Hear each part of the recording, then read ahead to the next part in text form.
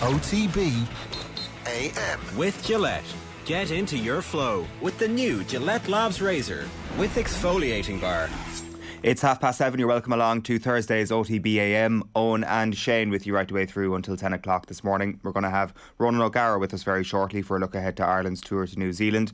We're also going to have Jenny Claffey in studio to look ahead to Wimbledon. Harriet Prior is going to chat Liverpool with us, and then there's also a Formula 1 check-in with Chris Medland before we wrap up. There's been plenty of All-Ireland football quarter-finals build-up across all our programmes over the last couple of days. We did a load on OTB AM yesterday, but we will have a little bit more today. Tommy Rooney of Football Pod fame will be with us a little bit later on to go through some of the key matchups in this weekend's games at Croke Park. So plenty coming up this morning, and we'd love to hear from you. You can drop us a comment on the YouTube stream. You can tweet us at Off The Ball.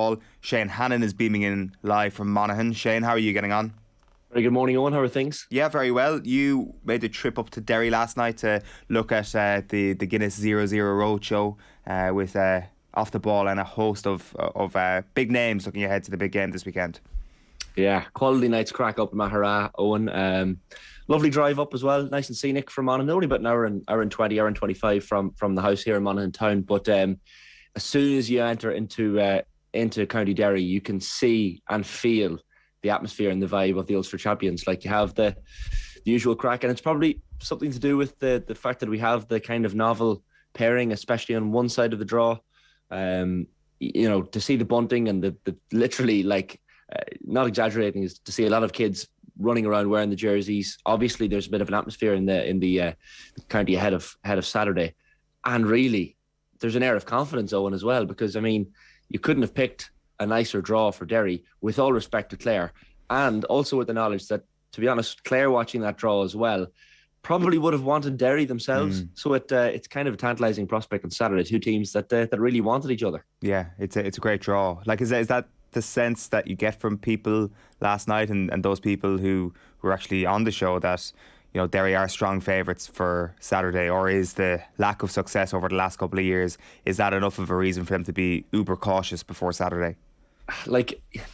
Tony Scullion was talking, and we had Tony Scullion and Enda Gormley from the 1993 vintage and that All-Ireland win 29 years ago, and they were referencing the fact that Rory Gallagher in the build-up to this match has been confident. He was asked about the fact that Derry have this favourites tag ahead of the Clare match on Saturday. And he said, yeah, we are favourites. Of course we're favourites, and we should own that favourites tag, which is a nice attitude, because ordinarily heading into these matches, you'll get GA managers playing down things and saying, no, sure, sure, look, well, you're a Kerry man, and you know all about this. But Rory is doing the opposite. He's not playing up their chances, but he's certainly not playing them down either. And look, Tony Scullion said it's a case of, you look at counties like Kerry, and if Kerry don't win the All-Ireland this year, that's seen as a failure.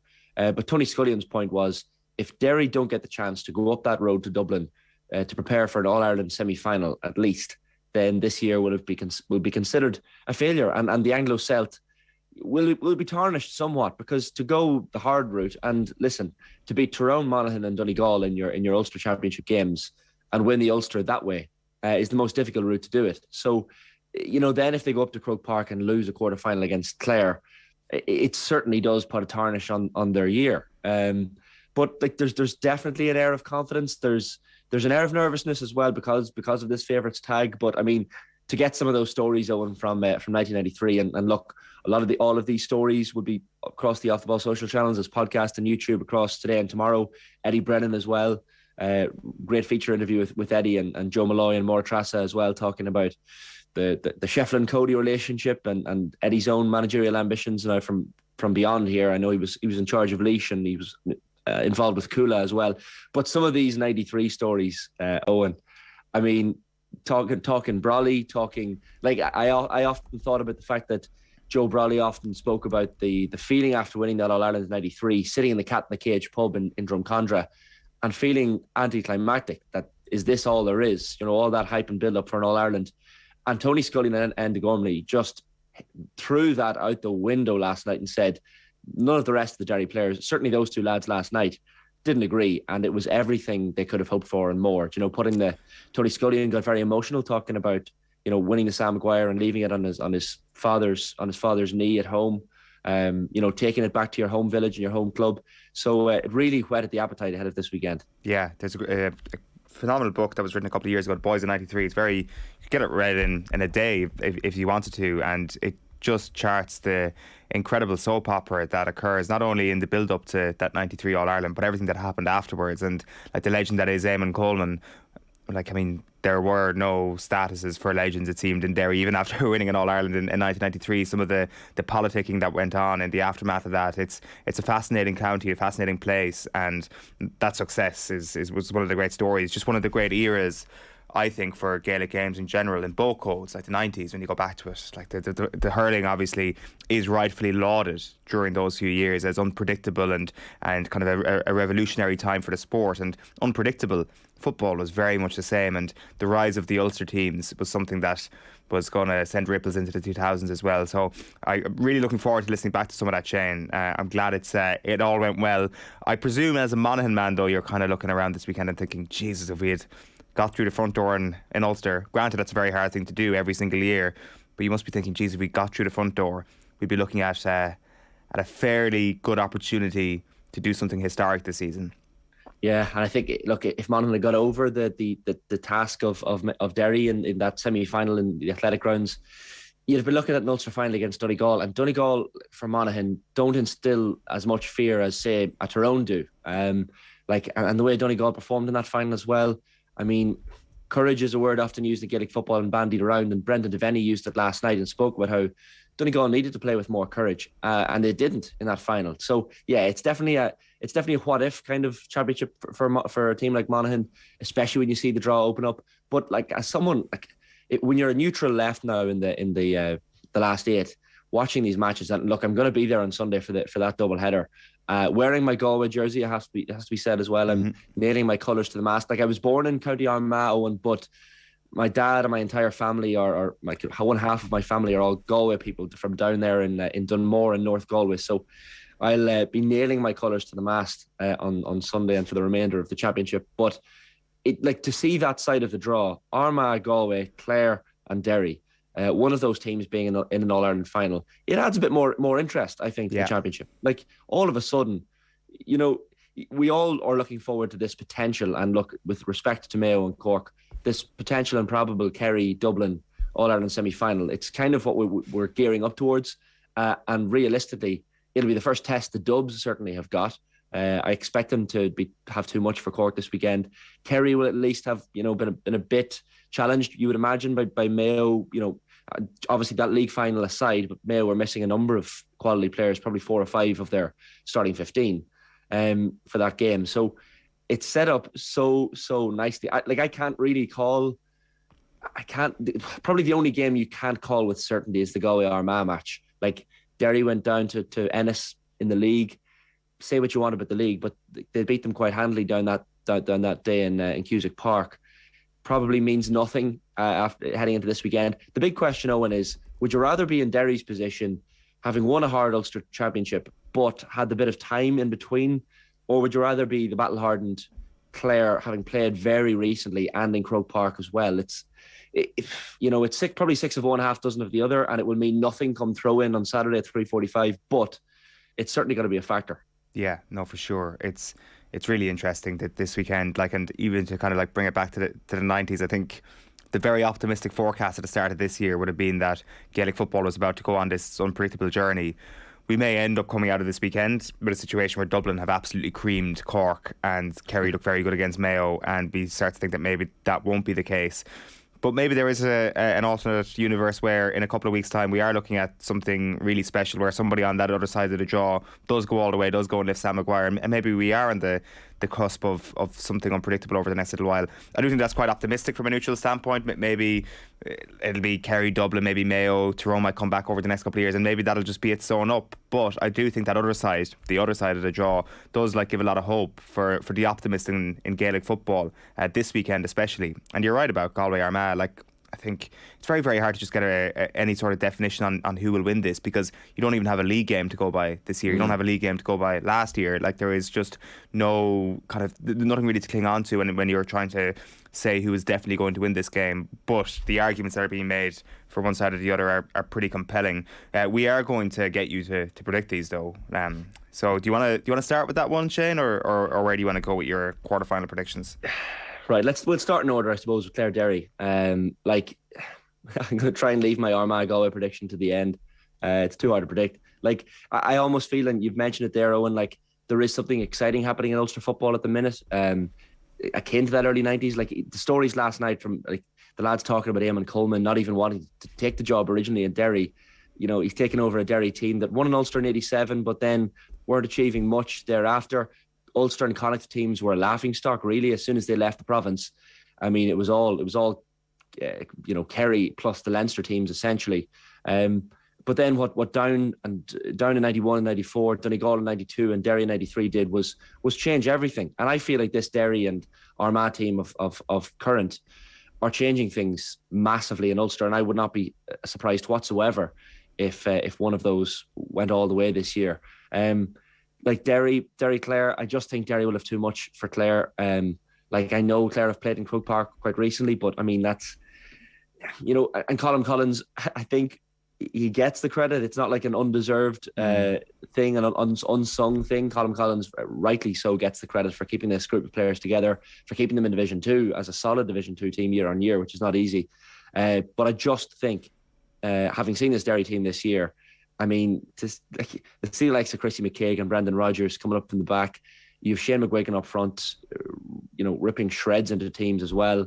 I just think that Derry team are just excel across the pitch. I expect them to win by probably 4 or 5, I have to say, on Saturday.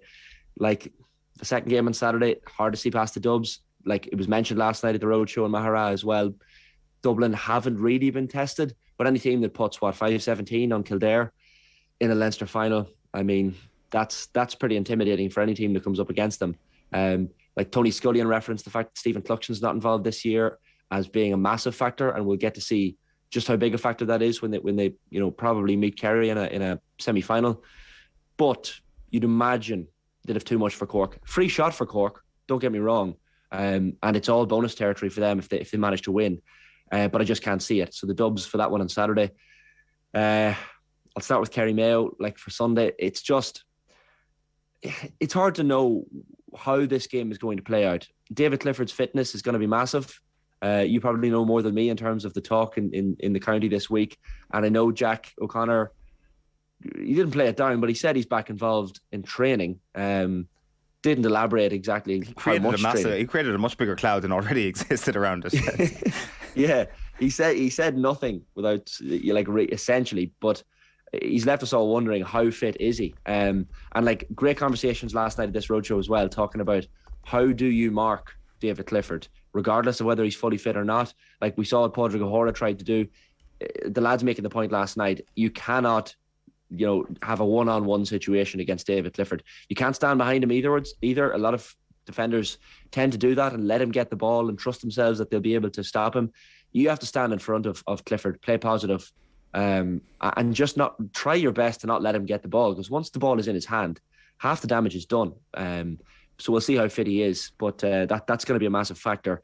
We know that Mayo have, Oisin Mullen back that wasn't there for the league final. Now Cillian O'Connor only had a kind of a cameo role that day. Ryan O'Donoghue's fitness remains to be seen. Whether he'll make it for Mayo, probably unlikely. But I just think this is Kerry's. Like, if Kerry don't win the All-Ireland this year, there'll be such disappointment, I know, down below where you're from, Owen. And I just don't think... everybody will get over it very quickly. Yeah, that's the Kerry way. Get over it very quick. Don't be any talk about it in the pubs of Killarney and Dingle afterwards, I'm sure. But like it's just there for the taking for Kerry, this Mayo team. Like I watched them against Monaghan and I watched them against Kildare, and while they got over the line against two pretty decent teams, Division 1 teams last year, they didn't impress me massively, Mayo. Now, the most Mayo thing in the world would be to go out and win this game, and I think Enda Gormley it was that, or Brendan Devaney made the point last night that probably the best thing that could happen for Mayo is for them to be 6 or 7 points down, 10 minutes into the second half, to get a couple of points in a row, get the crowd behind them. And that's the situation and the scenario in which Mayo tend to excel. And you never know what can happen from there. Leading from the front maybe isn't what they do best, but if they're involved in a tight game and the crowd get behind them, who knows what could happen. But I'm sticking my colours with Kerry for that one. And then Galway Armagh, like what do you do with Rian O'Neill? Like, Finian O'Lee, I don't know if he picks him up. I don't know who picks Rian O'Neill up, but this expansive pitch in Croke Park, and we saw the damage that Rian O'Neill did against the Dubs in Croke Park earlier this year.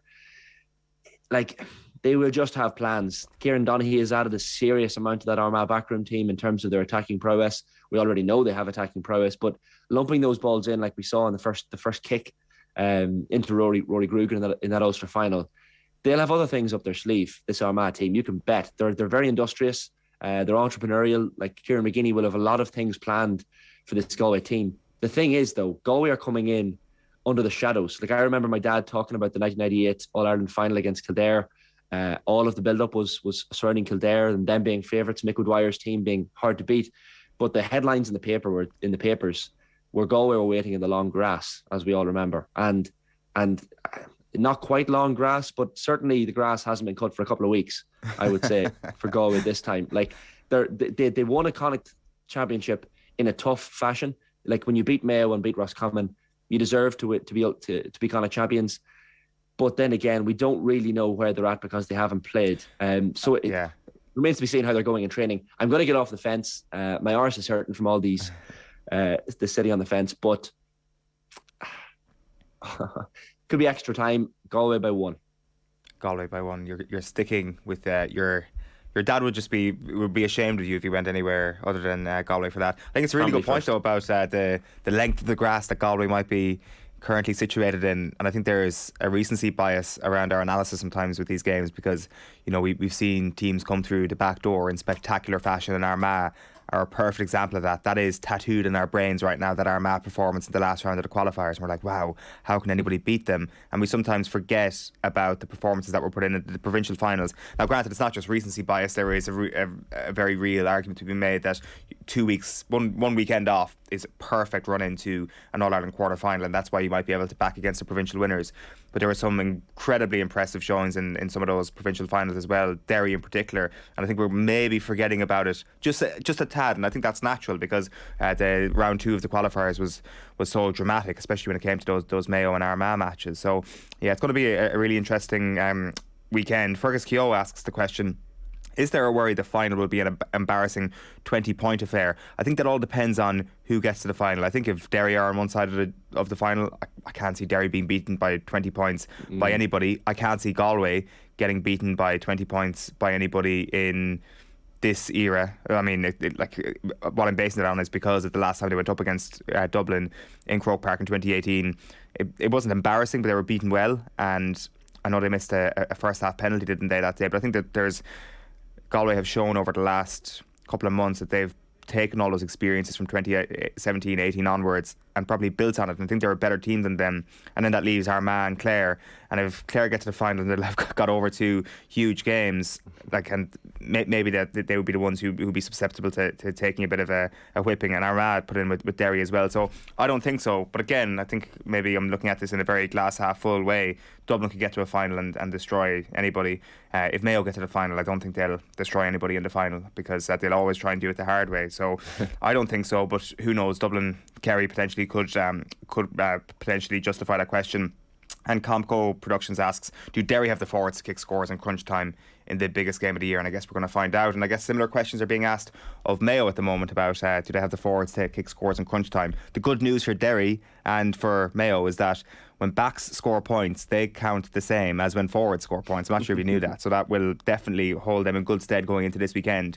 Just to tell you, it is 7:49. You're with us here on OTB AM. It's brought to you live each morning by Gillette Labs for an effortless finish to your day. Let's briefly tell you what's coming up this morning. Ronan O'Gara on standby. We'll get to him in just a second. Jenny Claffey will be joining us in studio. She's a former tennis pro who's going to look ahead to Wimbledon and chat a little bit about her career as well. The football pod and Tommy Rooney coming your way at 20 to 9 as we go through the matchups for this weekend's All-Ireland football quarter-finals. Harriet Prior will pay tribute to Sadio Mane's Liverpool career and more at 10 to 9. Chris Medland will be chatting Formula 1. We've got a break week this week before Silverstone, and then a Tom O'Riordan tribute coming your way at 9:30. But at 7:50 this morning, it's time to check in with La Rochelle head coach Ronan O'Gara. Ronan, how are you getting on? Owen, how you doing? Great. Hi, Shane. A couple of weeks now since we've last been chatting. I think it was the build-up to the top 14 quarter-final. A narrow enough defeat to Toulouse, 33 points to 28 on the day. Was your sense that your tails were up going into that game, or in hindsight was it a sense that it's actually quite difficult to get players to the correct level after such an amazing result a few weeks previous?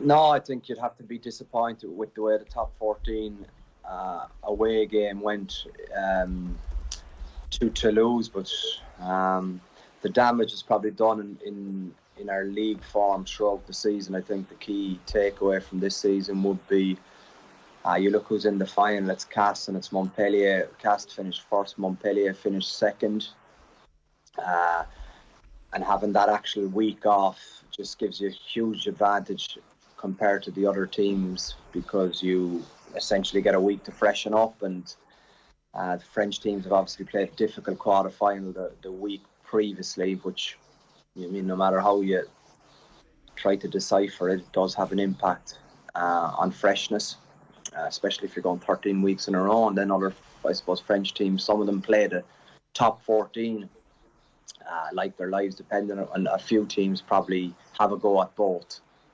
competitions.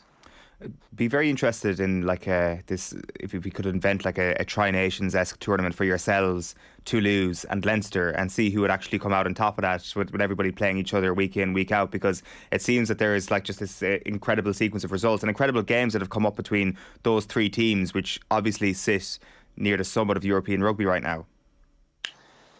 Yeah, it would be it, because it's they take a life of their own. You look at how Leinster, I suppose, completely destroyed Toulouse in the Aviva, sea of blue on a fast surface. But I suppose the asterisk around that is that they had 100 minutes in the legs from the previous Saturday. They had a week's travel, and Leinster were probably on fire that day.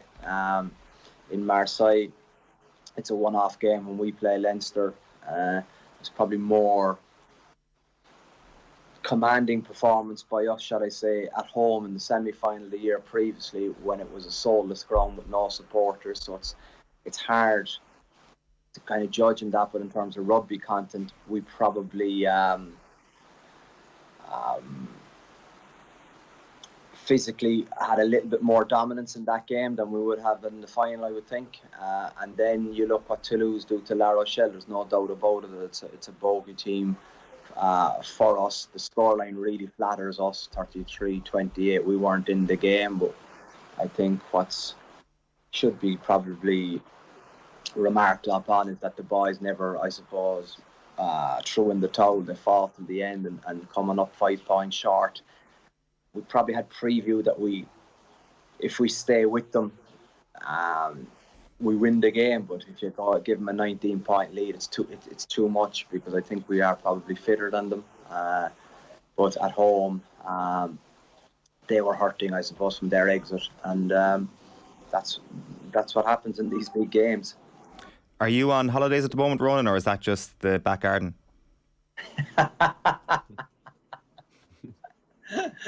You're trying not to break a smile. I can see you on Skype.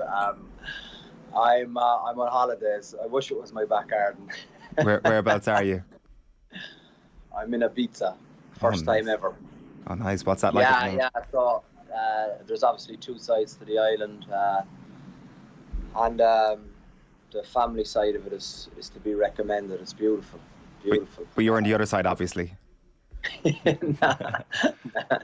No.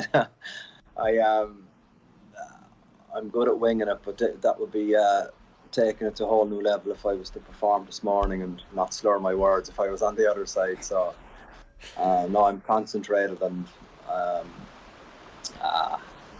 just taking a bit of time out, recharge the batteries, and go back at it at the end of July. Are you thinking about the season that just went by at times like this, Ronan? Are you trying to kind of like soak in what happened in the European campaign in particular, or do you just try and plug out completely? Because I guess it's like this balance. Sports people always say, we don't appreciate the great moments enough, and I guess that there's never time essentially to try and soak it all in. I think when I watched, for the first time, when I watched Leicester win the Premiership, it dawned on me, I suppose, what La Rochelle had achieved. You look at the joy Leicester got from the domestic competition. That was us at European Cup stage. I just think it's a fairy tale story in the fact that you win a European Cup with the last play of the game. It's very, very rare that happens, and I suppose I was head of a coaching team that made that happen, and that's, I think, feeling you get for 5 minutes after the kick, after the final whistle, is very, very powerful, and it makes the kind of 10 years of questioning why you're doing this and why you want to do this. It just all comes together, and that moment is very, very powerful when you can share it with your family, your brothers.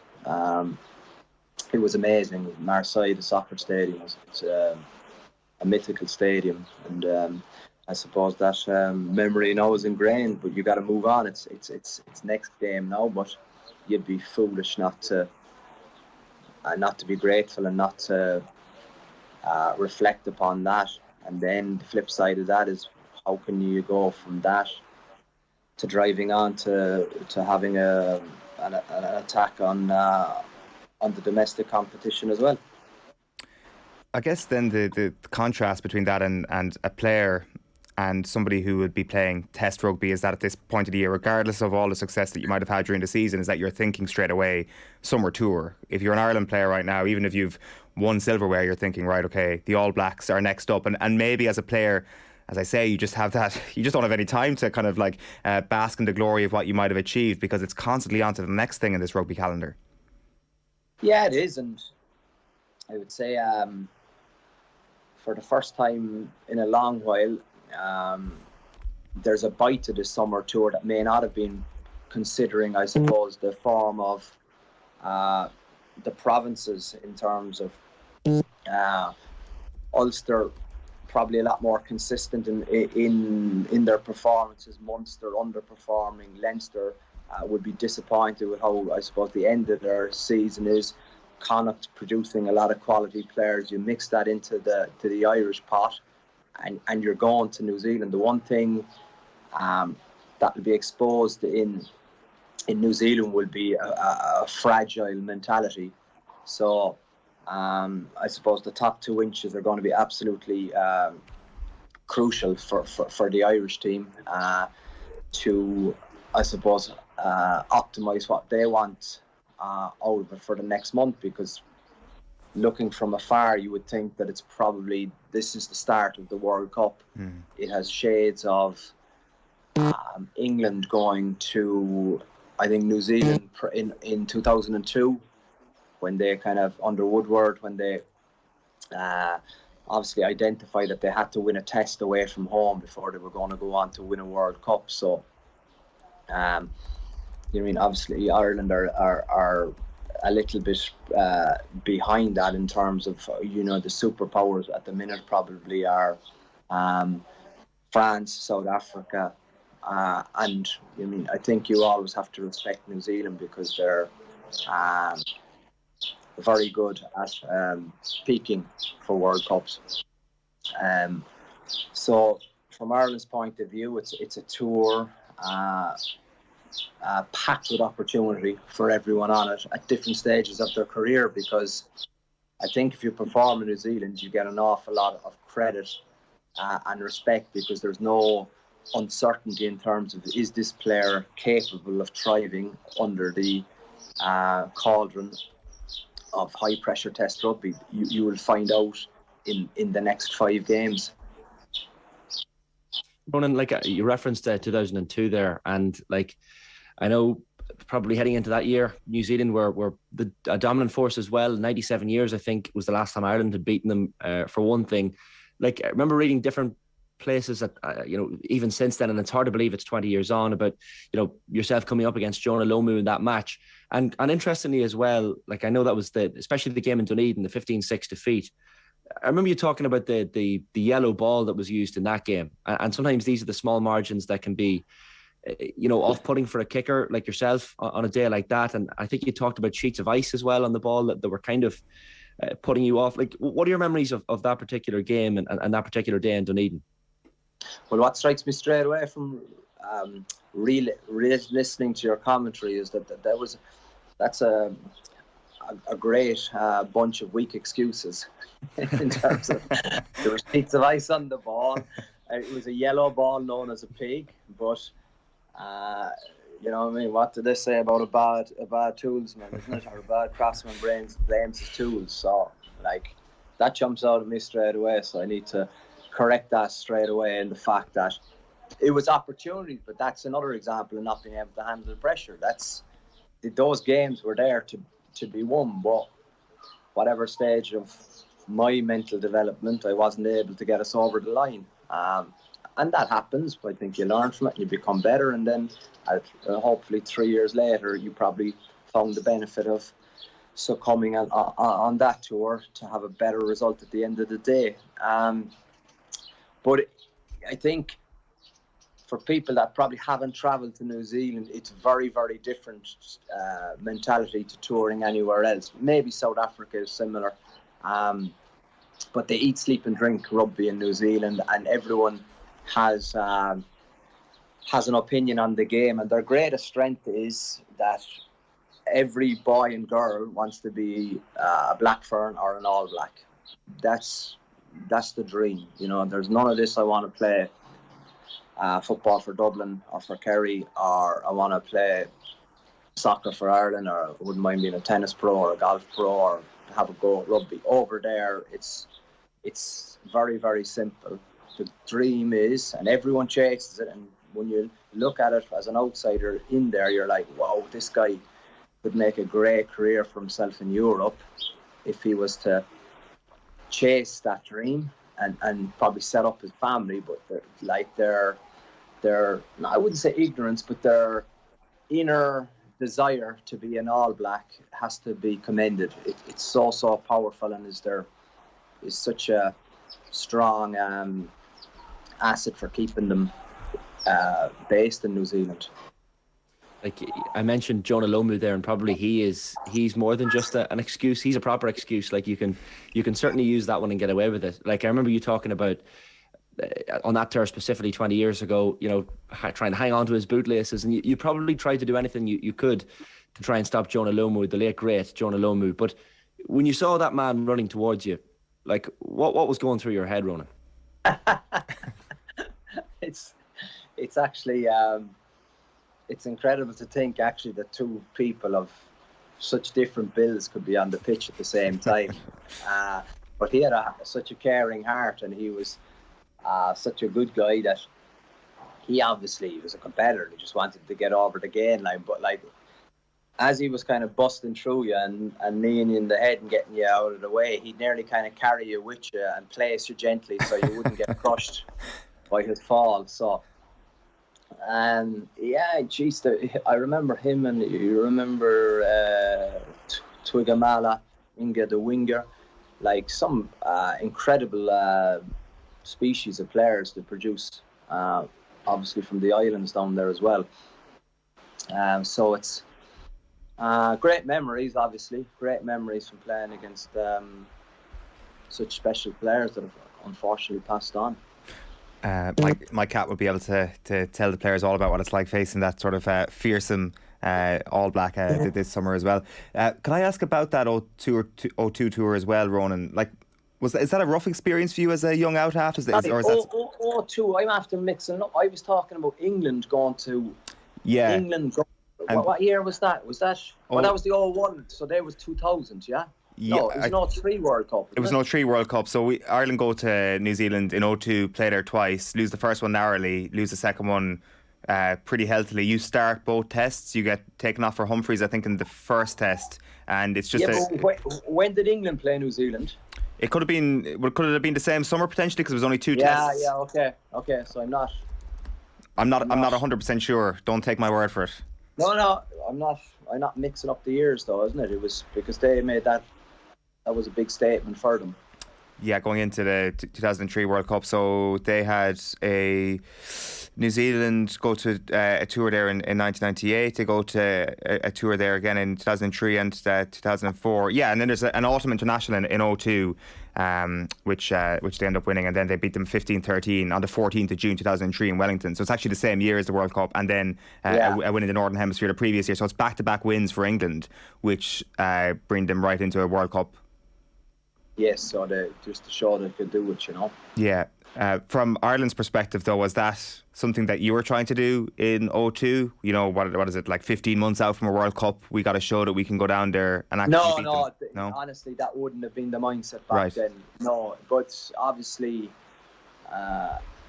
you know, it wasn't as if it was a Sunday pub team either on. You know, we had some really classy players with a huge ambition on our team going down there, and the goal was to win a test, most definitely, and we saw no reason why we wouldn't win a test. And I think performances will show that we knocked on the door, but we didn't kick the door down. So that's what happens in those games, be it from missing goal kicks or not executing under pressure. But we most definitely had, over the years, numerous opportunities to win test games in New Zealand. How formative can that be for a young out half, that experience? Because what we're probably going to see over the next couple of weeks is Harry Byrne getting meaningful minutes for Ireland. And you know what, it may be next Wednesday, he may start against the Maori, and maybe he won't get meaningful minutes in the tests if Carberry and Sexton are fully fit and firing. But that pressure cooker that he might be thrown into over the next couple of weeks, and this question actually probably pertains to Carberry as well, how formative can these 3 tests be for those young out halves? Oh, this is game-changing territory, I would think. This is the acceleration that a young 10 needs. If he's able to, I suppose, show glimpses of form, yes, he'll make mistakes, but is there enough opportunity to grow this guy with a World Cup 15 months away? The upside for Harry Byrne is absolutely huge. This guy should be incredibly excited about what the next 6 weeks entails for him, because it's essentially, I think being an ex-player and a coach too, there's so much only you can derive from training. What happens in the game scenario is just so powerful and leads to whole new opportunities for him. This is something where all the shackles could be completely thrown off, and within a space of 4 months you could be looking at a completely redefined young out half capable of taking the world on.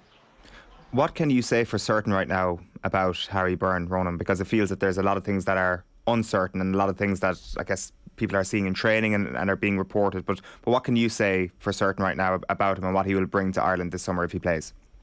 I can say with certainty that I'm not in a position probably to give an accurate account of how he plays and who he is as a person. You know, I think I read that he started 4 games as an out half this season, which is obviously completely undercooked. Yeah. But the training environment in Leinster with all the internationals and with excellent coaching is a great launching pad. What he needs now is meaningful games, but is the step from URC potential average games to the Maori to a test game the formula to set him up to succeed? I would have my doubts about that, but if there is a massive burning desire in this guy to run Ireland's attack for the next 10 years, this is the opportunity now. More so in training, when he gets the opportunity to go against the test team, that will probably highlight to the coaches whether he's good enough to start in the Maori game. But for me, it can change very quickly. If he shines in training, he goes well in the Maori game, Ireland are in a position where they need to understand their depth at out half, and there's 4 out halves for me on the tour, because this guy Frawley is incredibly exciting and interesting, and I think if you want to play the game with tempo and with width, I think he's a great foil to have in midfield. But maybe you're looking after the 50-minute mark for that as well. Does he cover the 10, 12, 15 axis, and you have scrum half Frawley and one more outside back as your replacement for a test game. Yeah, it's going to be... People would say Carberry does exactly the same. He does exactly so, but he needs to be in form. It's going to be very interesting. It all gets underway in 6 days' time with that Maori game anyway, and then the first test on Saturday week. Just one last thing before we let you go, Ronan. That 0-2 test series, I'm not sure if you remember, but Scott Robertson was at number 8 for both of those tests for the All Blacks. I think he just showed every coach in the world up once again on Saturday morning by his breakdancing routine in the rain on the pitch after their great win in Super Rugby. Why haven't we seen a Ronan O'Gara dance at full time after winning a championship? No, because that's his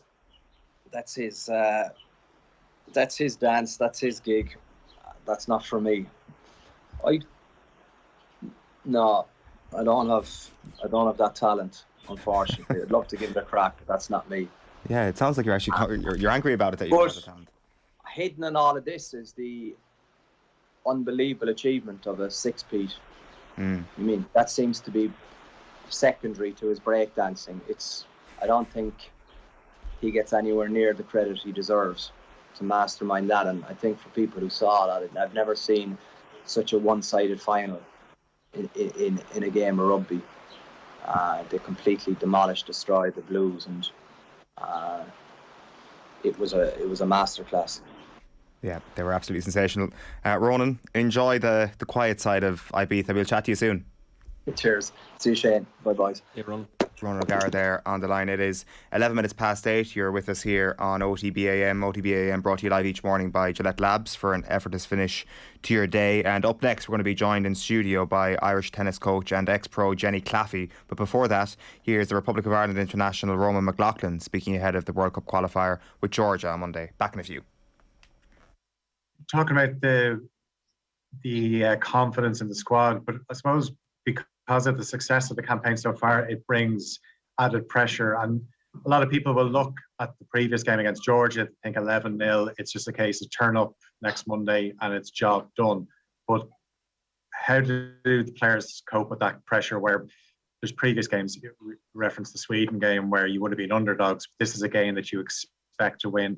It's a very different type of game to manage. Yeah, it's a difficult one, but I think that we prepare for each game as best as we can, no matter who the opponents are. So coming up to the Georgia game, we'll prepare as professionally as we do coming up to the Sweden game. So I think that's almost as important as anything. Is international football can bring anything, so you have to be well prepared for everything you get. And you obviously came on in that game against Georgia and Tala. You'll be hoping to feature next Monday. Is that something that becomes clearer as the week goes on? Certain things that happen on the training ground where Vera might give an indication, a role that you might have next Monday? Yeah, of course, days leading up to the game, you might have an idea in your head if you're going to be playing or not, or maybe if you're starting or not. But I think nothing is set in stone until the team is named on game day for me, because you never know what twists and turns it might take. So it's about being prepared. OTB AM. This is OTB Sports Radio. The Hurling Pod on OTB Sports. Do they actually want to win the Leinster? I look at the way Kilkenny celebrate. I look at the way Limerick celebrates their Munster, right? Do Galway actually want to win the Leinster? You know, or are they treating it as just another game, another stepping stone? That's a question I have. Join myself, Will O'Callaghan, along with James Skehill and Paul Murphy for the best insight this hurling season. Subscribe to the GA podcast feed on the OTB Sports app now. Things that put people off on a first date. Showing up late and getting your name wrong? Always a great start. Looking at their phone more than you? Hello? Someone who only talks about themselves. Oh, really? God, aren't you great? Look, no one said dating is perfect, but at GoDating.ie, we promise we'll always try and find your perfect match. Because somewhere out there, there's someone for you. And GoDating.ie will help you find them. Yes, even you, socks and sandals guy. Go on, go for it with GoDating.ie. OTB AM. With Gillette. Get into your flow with the new Gillette Labs Razor with exfoliating bar. It is 14 minutes past 8. You're welcome back to OTB AM, which is brought to you live each morning by Gillette Labs for an effortless finish to your day. We are on the eve of Wimbledon, basically, at this point. It all gets underway at the weekend and into next week. Jenny Claffey, ex-tennis pro and tennis coach, is with us in studio. Jenny, how are you getting on? Not too bad. Thanks for having me in here today. It's great to be here. This is that time of the year where people, I guess even kids, are off school, they're watching Wimbledon, they're like, I want to play tennis, and I presume your own industry just goes to a whole other level over the next little while. Yeah, this is the time where you see people out on the streets nearly with their tennis rackets playing tennis. But if I know a lot of people who say, oh, those 2 weeks of Wimbledon, that's when I used to play tennis, and now they're coming back to tennis and going, I want to actually learn how to play. So yeah, this time is really the busy period. What is the tennis coaching industry like at the moment?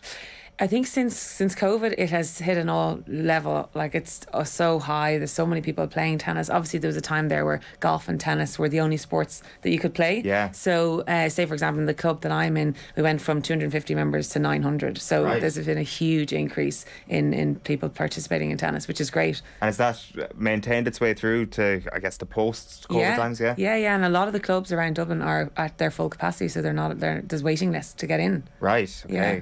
When you were starting off, was it also a similar situation for you, that Wimbledon was on television and it kind of increased the incentive a little bit, or it didn't really matter what time of the year it was, you just wanted to be out there playing? Well, for me, I always wanted to be at the top of the game, be a professional tennis player, but Wimbledon was always the goal. You know, I had this poster in my bedroom I wrote myself. It was like, Wimbledon is my dream, I'll play it soon and win it. And I had that all through my childhood up as a poster on the wall.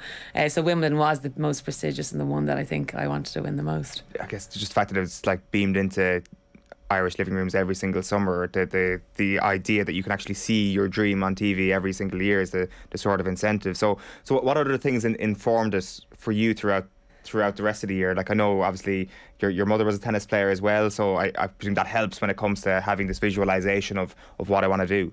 Yeah, well, I think I grew up with 4 older brothers and my mum is a tennis coach, so I think the incentive was there from early on that I wanted to be better than the boys. And I think maybe from about 7 onwards I thought, okay, I want to be a professional tennis player. I think it was helped by the fact that my mum was a coach, and then she was able to provide lots of opportunities for me that maybe others mightn't have had if they didn't have a parent involved in the sport. So I think from, as I said, 7, it was the dream was to get to Wimbledon. Like, I wanted to be a professional tennis player, and that was the pinnacle of what I wanted to achieve. Was the sense when you were a kid that this was possible, that there was no obstacles in the way, that this is very much, even as an Irish young tennis player, that this is very much an achievable goal? Yeah, well, I didn't see any obstacles being an issue at all. For me, it was like, I'm going to get there. So I was so driven myself that I thought, okay, I can get there no matter what it takes. Didn't see the obstacles for what they were. For people who don't realise, what happens throughout your childhood and your rise towards tennis professionalism at some point? Because it's a pretty bumpy road, I think it's fair to say. Yeah, it's definitely not straightforward. In any sport, success is not in straight lines. But for tennis, to try to be a tennis professional in Ireland, it's very difficult because we're an island. So if you want to go and travel to play internationally, you have to travel. So you always have to take a flight, which is more costly. It's always going to take a little bit more effort. You're at a disadvantage in one way, because in a lot of the tournaments across Europe and internationally, if you're a home nation, so the tournament is on in Ireland, let's say, you're more likely to get a wild card and get into like a main draw. So your opportunities are there, whereas coming from Ireland, we had no opportunities going into tournament sports. You were almost always at a disadvantage. But being in Ireland, trying to be professional, big problem I faced as a kid was the amount of players that we had here playing and who wanted to be professional, it just wasn't there. There was a lot of kids playing, but they weren't necessarily pushing on in tennis. They were playing so many other sports. And then the facilities, obviously, we were in Ireland and we had no indoor facilities. They were only really coming into the form at that stage when I was a kid. Now you see more coming up around the country, but not enough. So facilities, the surface was an issue. And then competition, there wasn't enough competition here. But as I got into my teens, I started to travel and was travelling around the world then playing and competing. Where would you have to go to get good competition? Europe was probably where I went. So from the age of 11, I started to travel internationally. So I was travelling alone at times, with a coach, but without my parents, which was obviously difficult at 11 years old. But the first tournament I played internationally was 11 in Italy. We were away for 2 weeks. That was like an eye-opener. In what way? Well, first it gave me a taste of what it meant to be playing and be travelling, and what it was like to be an athlete, at 11 years old and a professional tennis player. That's what it felt like to me. Is this was like a big stage. There was people watching.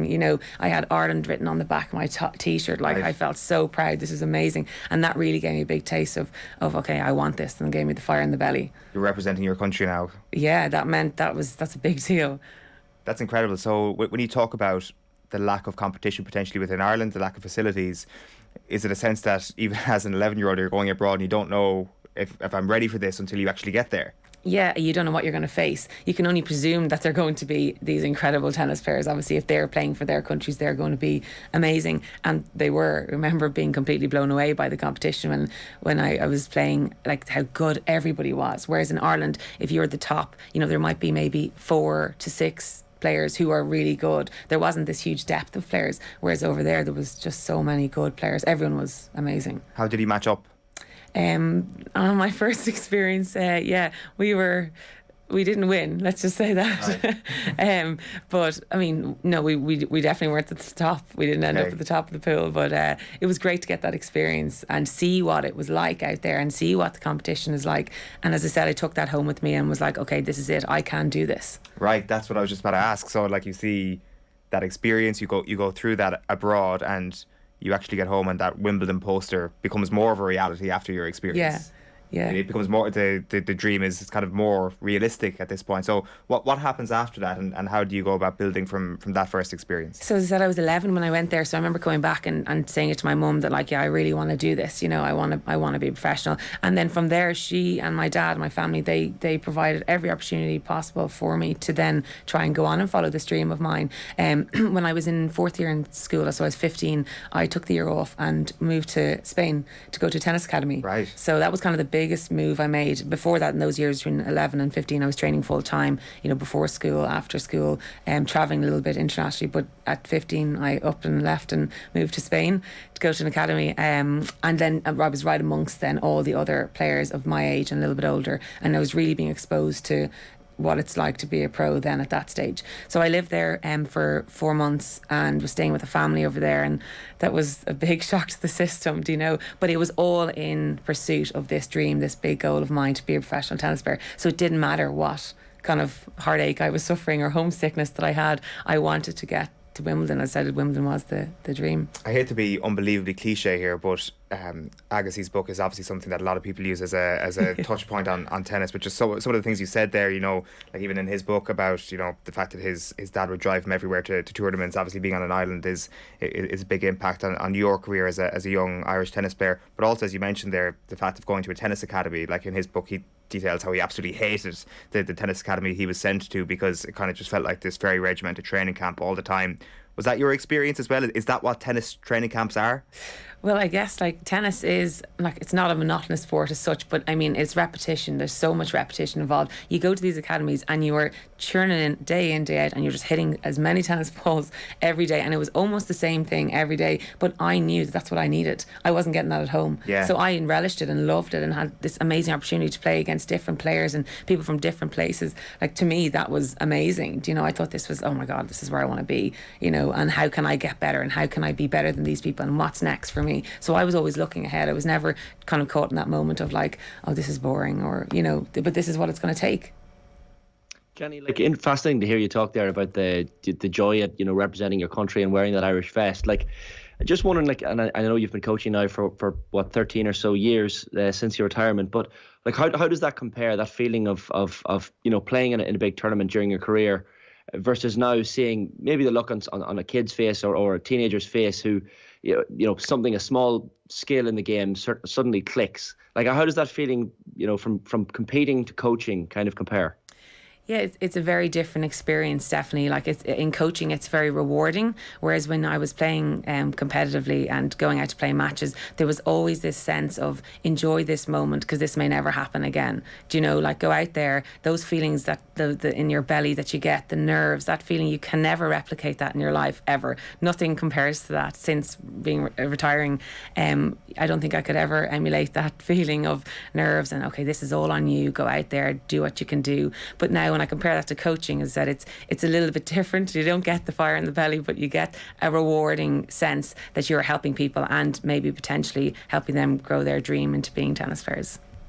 Like when you think about retiring in your mid-20s, and we've had different panels on Off the Ball over the years of, sports people talking about early retirement and trying to deal with this idea that the career that they had built out for themselves in their head was suddenly cut short and injury enforced. Like, how do you feel about that now? I know sports psychology is a massive thing now, and players are looked after and kind of guided in terms of what comes next, but that must have been quite a difficult period for you. Yeah, that was a huge disappointment. Obviously, my career was only starting to build, and I was having success and starting to win and getting the recognition, and things were going really, really well. And then it was just cut short pretty much overnight. I had a huge identity crisis when this happened. So, I had always been Jenny, the tennis player, and Wimbledon was going to be the dream. That's where I was going. I was so close. I felt like I was so close to achieving that. And then overnight, this is taken away from you. So, yeah, it was like, who am I without tennis? I really struggled with that at the time. But as you mentioned, there's sports psychology. I had a great sports psychologist at the time and was working with him while I was playing. Because I realised also while I was competing that there's nothing separating me to any other player except what happens between your two ears. That was the biggest difference. So I hired a sports psychologist because I really found that was going to make the difference. And it did at the time. And that really got me through then the retirement phase. But after I retired from tennis, I was thinking there's no way I could give up on sport just like this. So I actually in 2018 joined the Irish Rugby Sevens setup. And thought, all right, if I can't get the Olympics with tennis, maybe I'll get there with the sevens. So I gave that a go. But unfortunately, injury cut that one short as well. I only lasted 6 months with 6 bone breaks. So that was all too quick as well. But as you mentioned, it was a big struggle, like those transitional periods from being an athlete to being Jenny Claffey without tennis. And like, even in terms of an individual sport versus a team sport, you see people retire from team sports, and I guess they miss that added atmosphere and camaraderie from their teammates as well. But how is it in an individual sport? Because for boxers or for Formula One drivers or for snooker players that retire, and tennis players as well, it must be quite surreal, because you've been there by yourself and you're there with your coach growing up, but all of a sudden it's just you in the big bad world again. Yeah, because as an individual athlete, you have a team around you. So obviously I had like 2 tennis coaches, I had a sports psychologist, I had a fitness trainer, I had a really great close-knit support group around me. And then overnight as well, that was just gone. They were there every day checking in, how are you doing, whatnot, and giving me the brief, etc., like what we're going to be doing every day. And then just like that, they're gone as well. And now I don't mean they just dump me like that, but as in you get used to having that support network around you all the time. So that was also a struggle as well, not having those people around you, because obviously they had to move on and move on with their own lives as well. So that was a tough transition too, as well as the not having tennis there. So in the middle, there's obviously the part where your star continues to rise. The academy and your time in Spain goes really well, and you become in a position where you've still continued to believe that Wimbledon can happen for you. So you just talk us through what happens over the next couple of years after that? Yeah, so after living in Spain, then I also lived in Holland as well and was competing in a league over there. So you're playing at European leagues, so you're playing against different countries, different clubs around Europe. So that was really great experience at getting match play. So that happened through that 4th and 5th year in school. And then I suffered a shoulder injury, unfortunately, which had me out for nearly a year.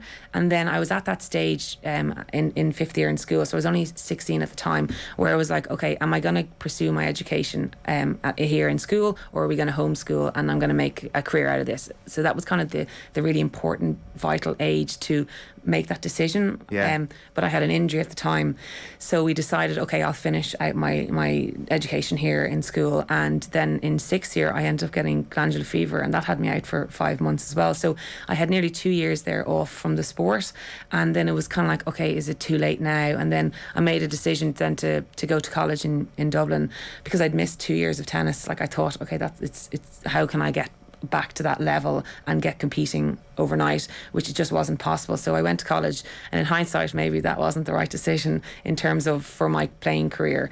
Might have been better to just train maybe for a year or two and then join the tour. But listen, this is experience. What do you think your ceiling was if the injury and glandular fever didn't happen? At that stage? Yeah. I think I'd be in Wimbledon this week if I didn't have an injury. Really? Yeah, I do fully believe it, yeah. And so those 2 years are absolutely the most pivotal points in your career, and they're just taken away, and it's not even that you're catching up afterwards, you just lose that development entirely, is it? Yeah, like those 2 years are so important for my game, for competition, and then obviously I'm saying I could have been in Wimbledon, who knows what injuries could have happened, but with the path that my career was progressing, I would have been in Wimbledon by now. How do you feel when you think about that? Yeah, it's pretty gut-wrenching. As I said, I had that identity crisis and didn't want to have anything to do with tennis at that time. I hated it. I didn't want to see a tennis racket. I got invited to go to Wimbledon Centre Court. Didn't want to go. Didn't go. Just didn't want to be a part of the game. But I can look back now and see how that was an amazing, short-lived career. But I had a great experience and great success when I did play.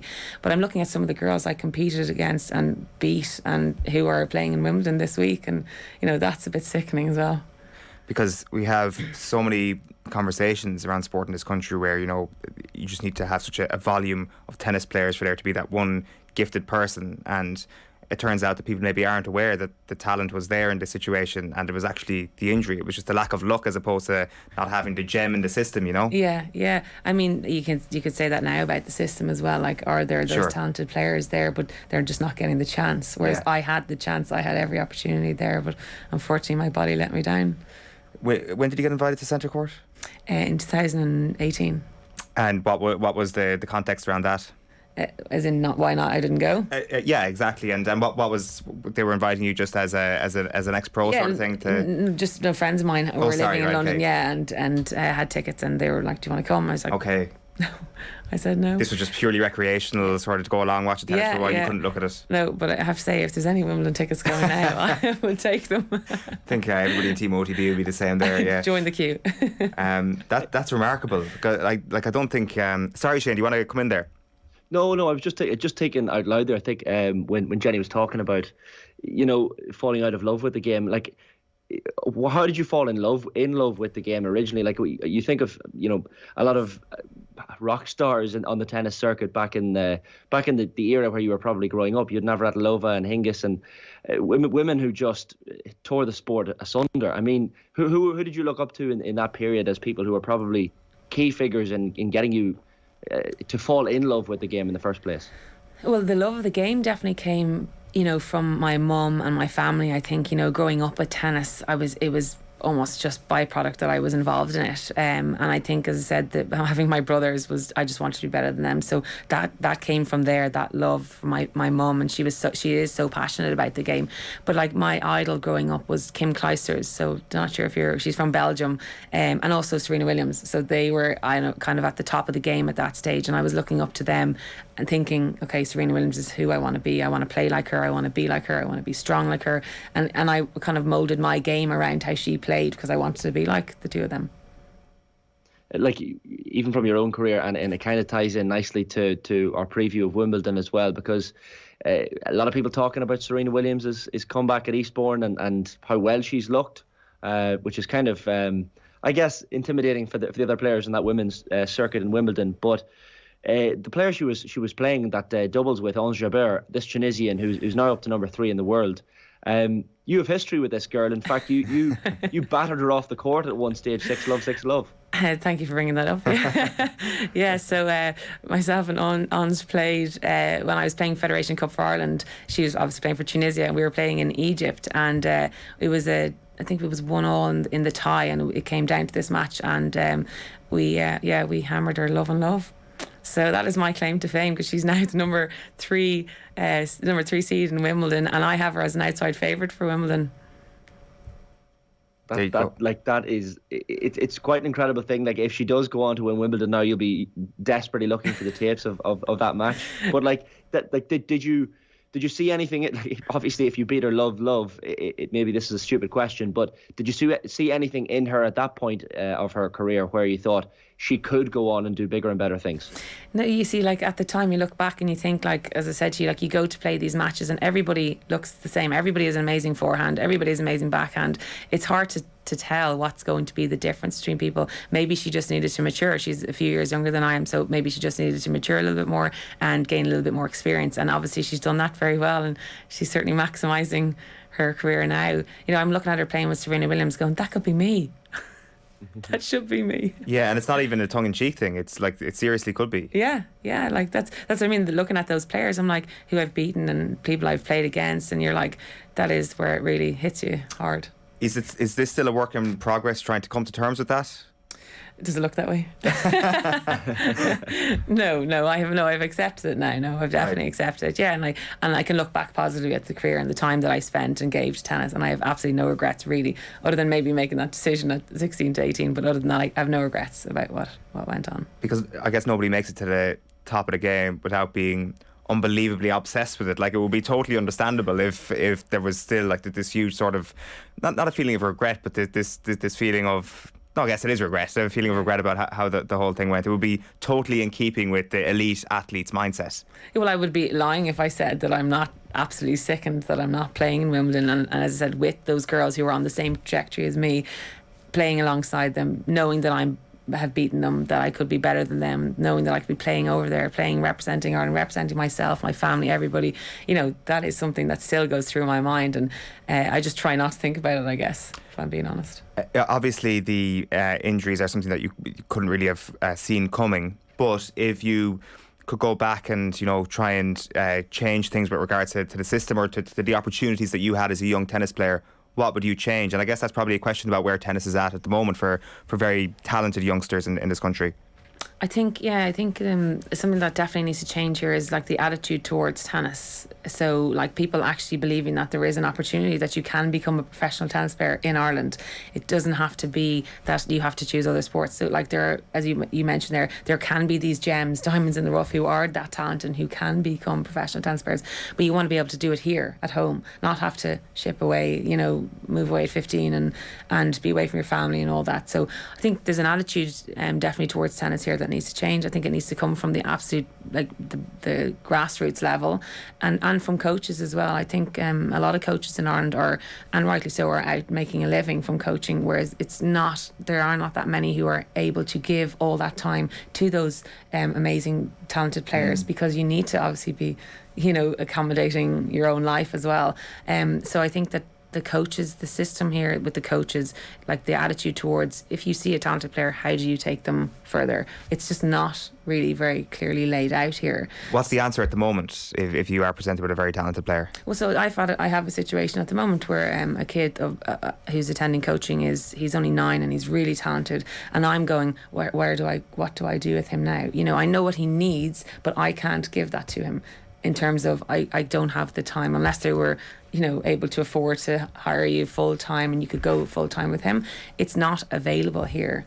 So that 9-year-old essentially needs a full time coach to be able to achieve his potential. At this stage, yeah, and he needs fitness training, and he needs a lot of hitting with other players his own age or better players, which is not available to him in my current setup. That's really interesting, and like are his parents and all that like very well aware that this is the path, that tennis is his thing, and this is potentially something that they're onto a winner with? Well, yeah, he said himself he wants to be a professional tennis player. It's not often you hear the kids like who really mean that, you know. That's you with your Wimbledon poster as a 7-year-old. Yeah, a mini me, yeah, exactly, yeah.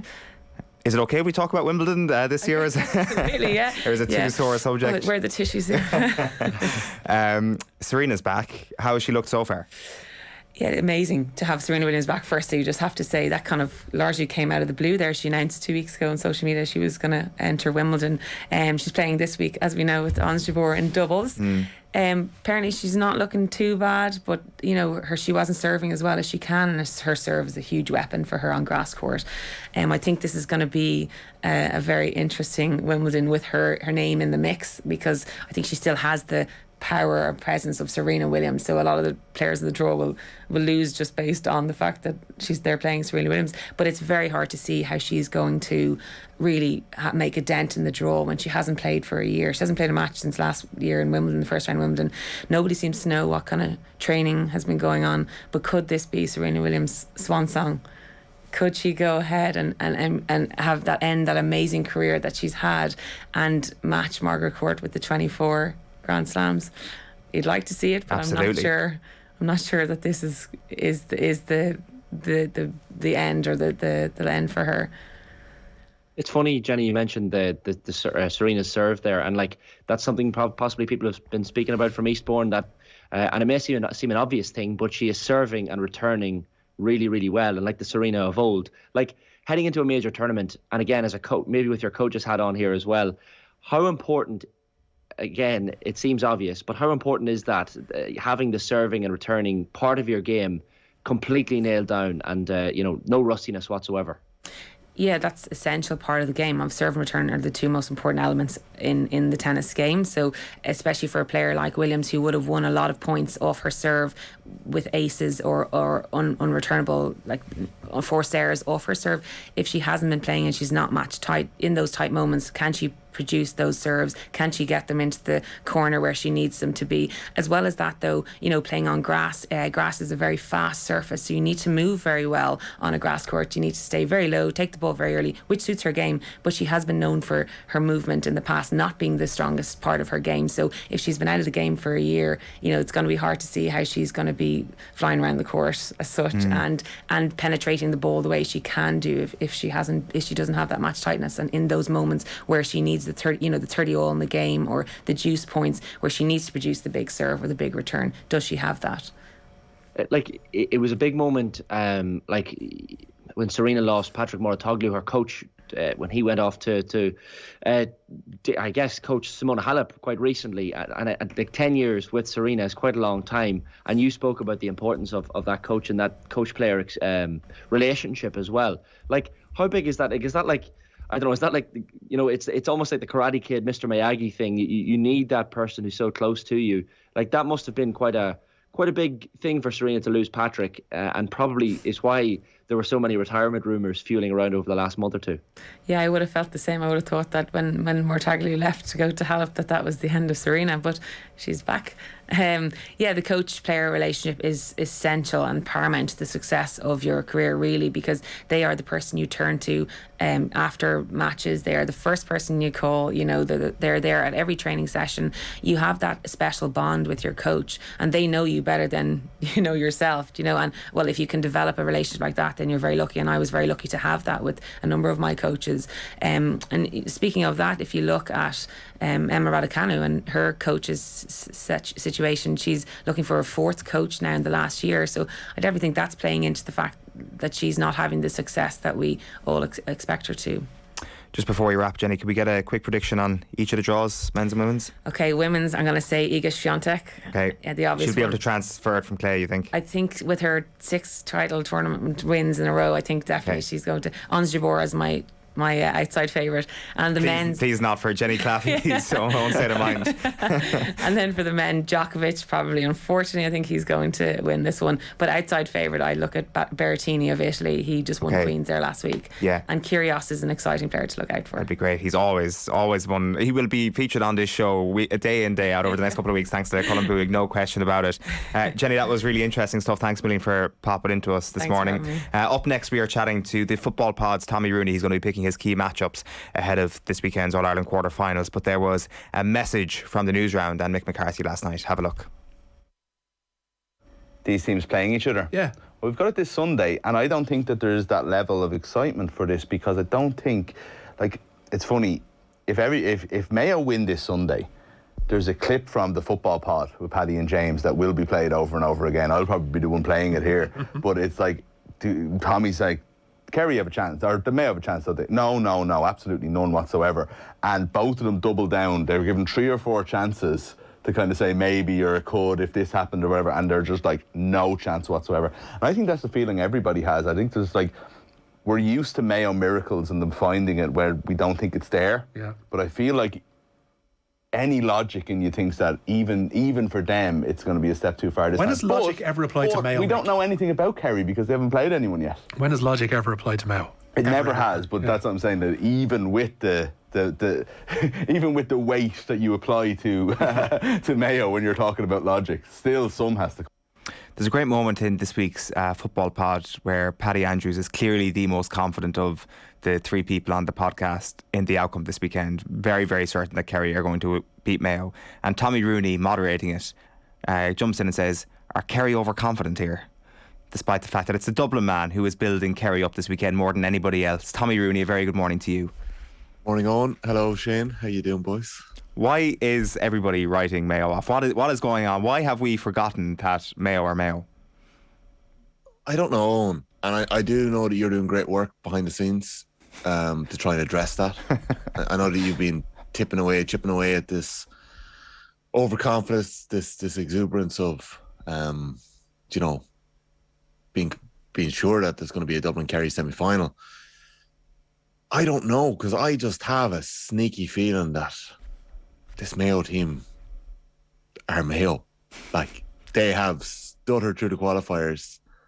They're in Croke Park again, and they're going to be good to go when they're going to raise their levels to play Kerry. And I just think we're going to see a little bit more of what we saw in Tralee, that rainy night in Tralee in March, than we saw in the league final a few weeks later. Yeah, I'm kind of with you on that, to be honest. I think that the league, I think you can make a case fair enough for Kerry to win and win well if you want, but basically the league final maybe isn't the soundest way to build that argument. That's just my gripe this week. The league final is not real. No. When you're I think Andy said it to you in that interview you had with him 2 weeks ago, Andy Moore, and the speed was missing in the Mayo defence the last time, and that just, like, the speed in the Mayo defence helps them defend, but it's also their main form of attack, so that would probably explain the huge gulf in a lot of ways. Okay, so we are going to go through some of the key matchups this weekend. Tommy, where do you want to start?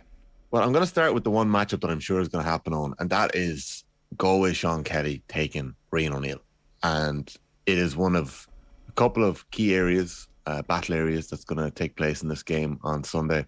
It is going to be an absolutely cracking match.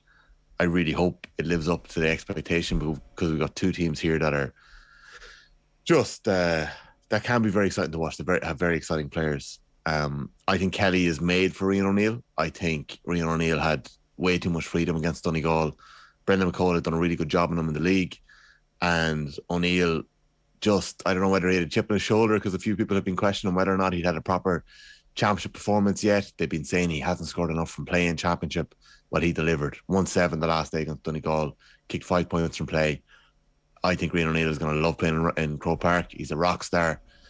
But Sean Kelly is the beating heart of that Galway team. As much, as important and as magical as Shane Walsh is, Sean Kelly provides the opposite on the far end of it all. So I think Kelly will be able to mix it up for him going forward. I think that he's a match physically for him. I think athletically he's a match for him. And, you know, in terms of, speaking to a few Galway friends this week, in terms of attitude and application, he will absolutely love this job this week as well. Kevin Walsh was suggesting they go zonal this weekend.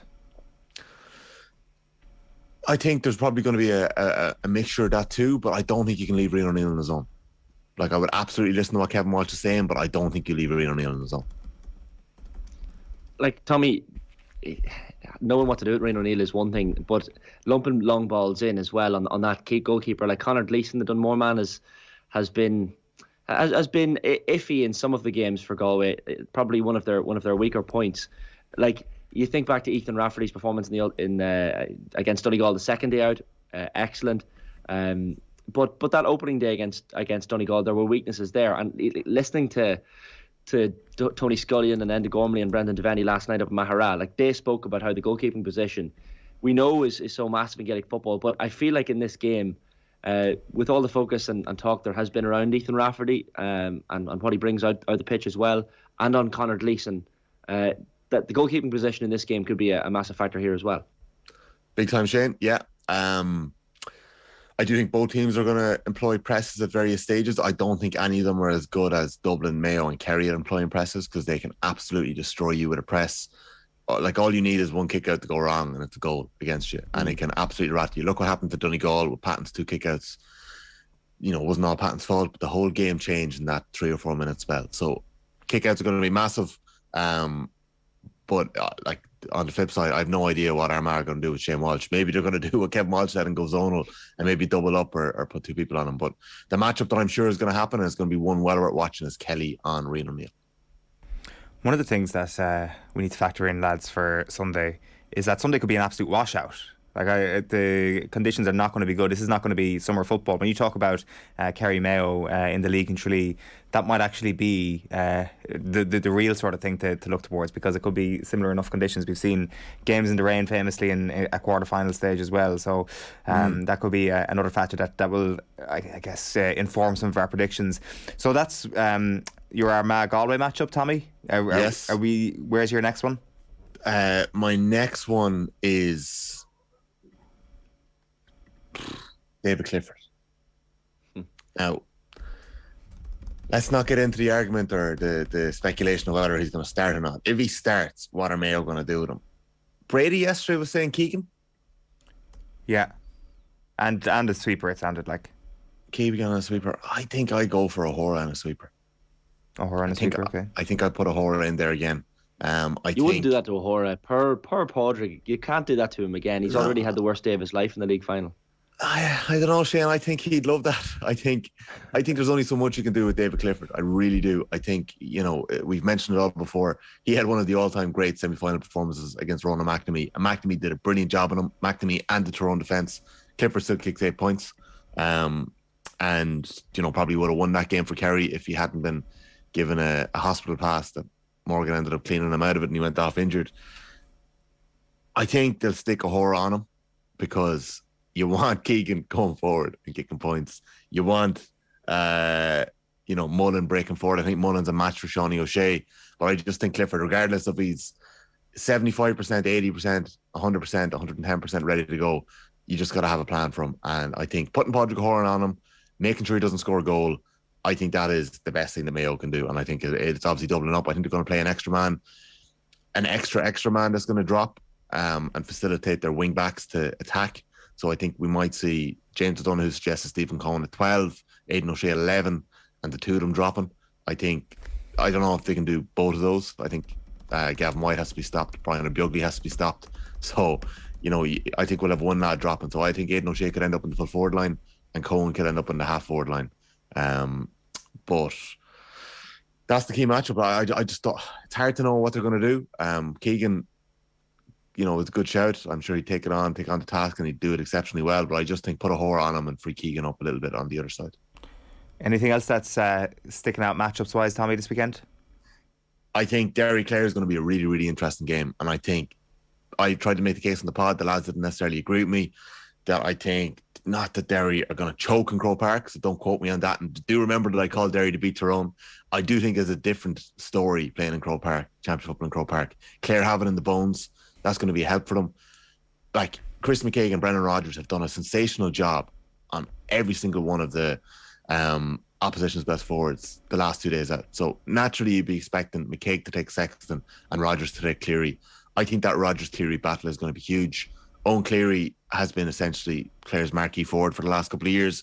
I don't think we've seen the best from him this year, and we might see a breakout performance in Croker on Sunday. I think this game is going to be tight, tetchy, going to go down to the wire. I think Cleary Rodgers is going to swing it. We will get your quick pick predictions tomorrow as well. Just quickly on Footballer of the Year, Tommy. Where are you betting right now if you're looking at Footballer of the Year stakes and you look at this quarter-final draw, which is a little bit lopsided? I'm not going to bet it, so I'll put it to you that way. But we were having a chat yesterday on, and you made the point of where O'Neill and Walsh are in the odds. And I think you got to be looking at one of them, because one of those lads are going to inspire their team to an All-Ireland final. And then it's about how they perform in that All-Ireland final. And I think if Rian O'Neill or Shane Walsh is going up against a Dublin defence or a Kerry defence, I still think they're playing well regardless if their team wins or not. So I think that's a good shout. It's hard to look beyond Connacht as well, and that's the other interesting thing this weekend. I really think Cork and Croke Park, as much as Derry are going to find it difficult, I think Cork are going to find it very difficult in Croke Park. And what they do with Connacht is going to be fascinating, because by all accounts Cork have done a really good job on David Clifford whenever they've needed to. But Sean Meehan, who marked him in 21, there's talk that he might be back in the 26, Cork's co-captain, done with a hamstring injury. Kevin Flahav did really well in Parky Rin. He's out injured. So I don't know whether they double up with Powder and someone else on Con this weekend, but that's going to be really interesting to watch too. It's hard to look beyond Con being the banker for Footballer of the Year. What do you reckon? David Clifford's still favoured at 5-2, but obviously there's so many question marks about whether or not he plays. There are a maximum of 3 games left. So if you're missing a game against Mayo and there's a chance that you lose that game as well, I'm not sure that that's actually such a sure thing anymore. Like I think we did make this point last week, is that once that draw came out, Eoin O'Gara and Shane Walsh looked very, very good on the non-Kerry Dublin Mayo side of the draw. Because there's a good chance to get to the final, and we have seen over the last couple of years that losing finalists have picked up the gong, like whether it's Lee Keegan or Andy Moore and Austin Gleeson in the hurling. But I just wonder this year, if Dublin go all the way, will the people who vote for the All-Stars be rejuvenated by Dublin again, and it'll feel exciting to give it to one of the Dubs? We kind of got into a stasis there for a while where it was like Cluxton didn't even pick up All-Stars because their excellence was just boring, and it felt like they weren't overachieving in any way, even though they possibly were, and there were no awards handed out for what Dublin did, which is kind of bonkers when you look back at it. Whereas I think there will be awards handed out if Dublin win the All-Ireland this year, and I think that'll include the Footballer of the Year. I think Kerry, if they win an All-Ireland, will take a Footballer of the Year with them, and Mayo will unquestionably win a Footballer of the Year if they win the All-Ireland, because they will probably get 15 All-Stars if they win the All-Irelands, if they've managed to pick up 2 Footballers of the Year while losing All-Irelands. I won't say rightly so, but they'll probably get 10. We are ruling out Derry now. So if Derry were to get to an All-Ireland final, if Derry were to get by Clare, if Derry were to get to through an Armagh or that's harder to call, isn't it? Well, I think Brendan Rodgers is probably going to be the key man there. Rodgers, the job he did on Murphy in it was all McKinless up until the final, though. McKinless was the guy who was McKinless the first day was absolutely sensational. So you have a point. It is hard to call, but I think Rodgers, if they do get there, Rodgers is going to be key all the way through. Tommy, it's an excellent football pod this week. Congratulations on that. Tommy Rooney and Paddy Andrews talking up Kerry this week, as James Donahue tries to talk them off that mountain. In fairness, I'm the only one doing your work, Owen. I've been talking up Mayo for the last couple of weeks. I do think that they're going to give them a rattle. I think it's going to be good for Kerry. Yara and all that. Tommy Rooney, good stuff. Slán. Shifty Lad's been in touch to say, remember a few years ago Mayo stumbled over London and made a final? Good morning, everyone. And I think that's very true. It's the 2017 season and 2016 season in particular. They're the 2 years that you look at for a reference point for Mayo coming through the back door, where they were unimpressive, especially in 17 in the qualifiers, and were very, very impressive then once they hit Croke Park. Dublin's Fair City says Keegan will be wasted at cornerback in Clifford. Let him do what he does best at attacking from the half-back line. A dirty rainy day will be a leveller for sure. I think Keegan can still do that job going forward while marking David Clifford. Potentially you would need a sweeper, you would need somebody to come back and cover when he makes those marauding runs, though, which maybe complicates things. Comco Productions wondering about the Derry forwards, as we mentioned earlier on. I think this is a situation, Shane, where everybody's expecting Mayo to try and show something, because they've done it in the past, but nobody can be fully sure what exactly they are going to show. Yeah, it's funny, Shifty Lad mentioning that year Mayo stumbled past London. I talked earlier about their performance against Monaghan and Kildare not being all that, and nothing to really concern Kerry. But you cannot talk about Mayo and just count them out in any game. And it's funny because while they haven't been impressive this year, Mayo, and they are not Connacht champions, and Kerry are so dominant in everyone's heads and they're the league champions, we're still not ruling Mayo out. And that kind of sums up where everyone's at on Mayo. On the Footballer of the Year, Owen, I'm going to give everyone my 150-1 shot, Benny Herron. Bit of a legend up in Derry, and he's been an integral role. He's in a quiet sense. He's been key in a lot of those big games. He was excellent against Monaghan that day. He was unbelievable against Tyrone when they turned them over massively. I just think if Derry can get to an All-Ireland final, and I'm certainly not ruling that out, probably people might have the likes of Chrissy McCaig and Brendan Rodgers and Shane McGuigan and even Gareth McInnes that you mentioned ahead of them in the stakes, but Benny Herron at 150-1, that's a sneaky one if Derry get to an All-Ireland final and go on to potentially lift Sam Maguire for the first time since 1983. This will 100% be something that will be clipped if that actually comes true. That is an audacious shout from Shane Hannon this morning. Right, it is 8:58. You're with us here on OTB AM, and we are turning our attention to Liverpool and the events over a pretty busy early stage to the transfer window, I think it's fair to say, for Liverpool FC. We've got Harriet Prior of the Anfield Wrap on the line. Harriet, good morning to you. Thanks a million for taking the call. Morning, thanks for having me on. So Sadio Mane to Bayern Munich. First things first, as a Liverpool fan group, this must be heartbreaking. This must just be a really sad moment to say goodbye to Sadio Mane.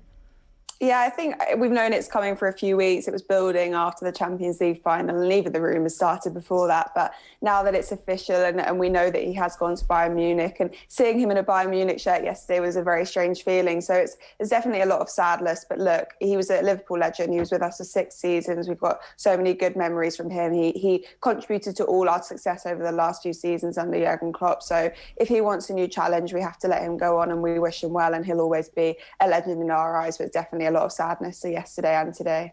It's probably a bit of a premature conversation to be having, but the Mane, Firmino, Salah front line is obviously going to go down as one of the most beloved in Anfield history. So when you compare that to even attacking duos in the club's history, where do you think they rank, the three of them?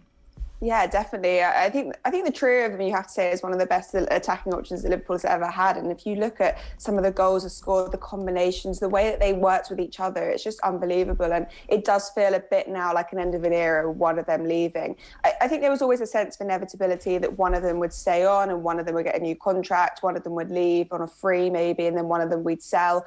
It seems like Mane is the one that we've sold. I think Firmino will stay on a little bit longer. Salah's obviously committed to being there next season, and then we'll see what happens.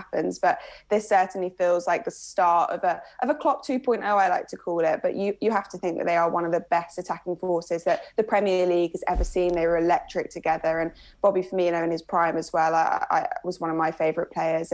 But Mane, for me, he had such an incredible season last year, and that's why I think it's so sad that we've had to let him go, because he was really reinvigorated with the arrival of Diaz, moving into the middle. He was such a great option and really dragged us through some difficult games. So the first piece of the jigsaw leaving is always going to be tough, but we have got new people coming in, and hopefully they slot right in and replace him. Harriet, it probably highlights how important it is, how well Liverpool are playing, in that players, when they leave with gratitude and in a nice cloud. There's no cloud of negativity. Like, for example, Paul Pogba leaving Manchester United. Like, when you see Sadio Mane talking about, texting his teammates and texting Jurgen Klopp, and even the words I have in front of me here from Klopp, talking about Sadio Mane being one of Liverpool's greatest ever players. He says he leaves with our gratitude and our love. Like, just how important is it to end on a note like this for Sadio Mane?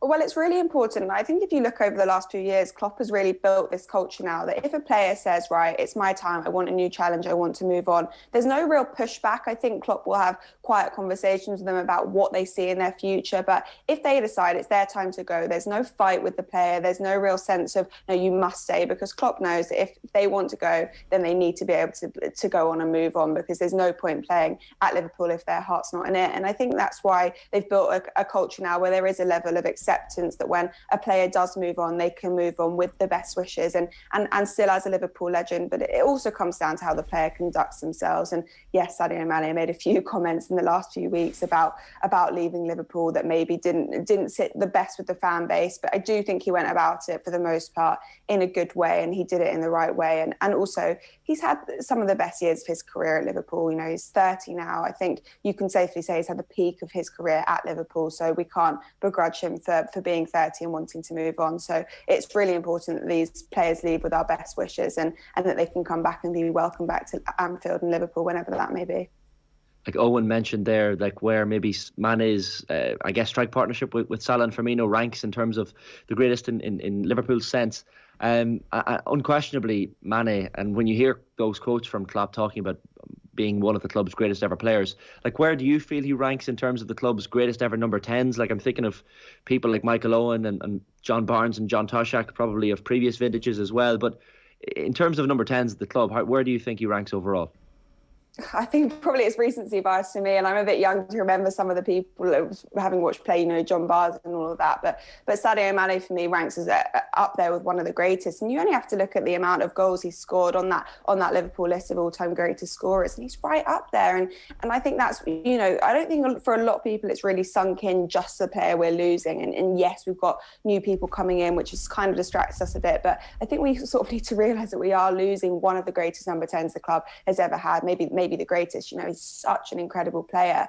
I think maybe he's felt like he's been in the shadows of Salah a little bit, and that's one of the reasons he's wanted to move on. He feels he wants to go and be the star at Bayern Munich, and he deserves that because, like you mentioned, he is one of the best, and he'll go down as one of the best. But there was never a question of underappreciation at Liverpool, and I know that's what some people have said.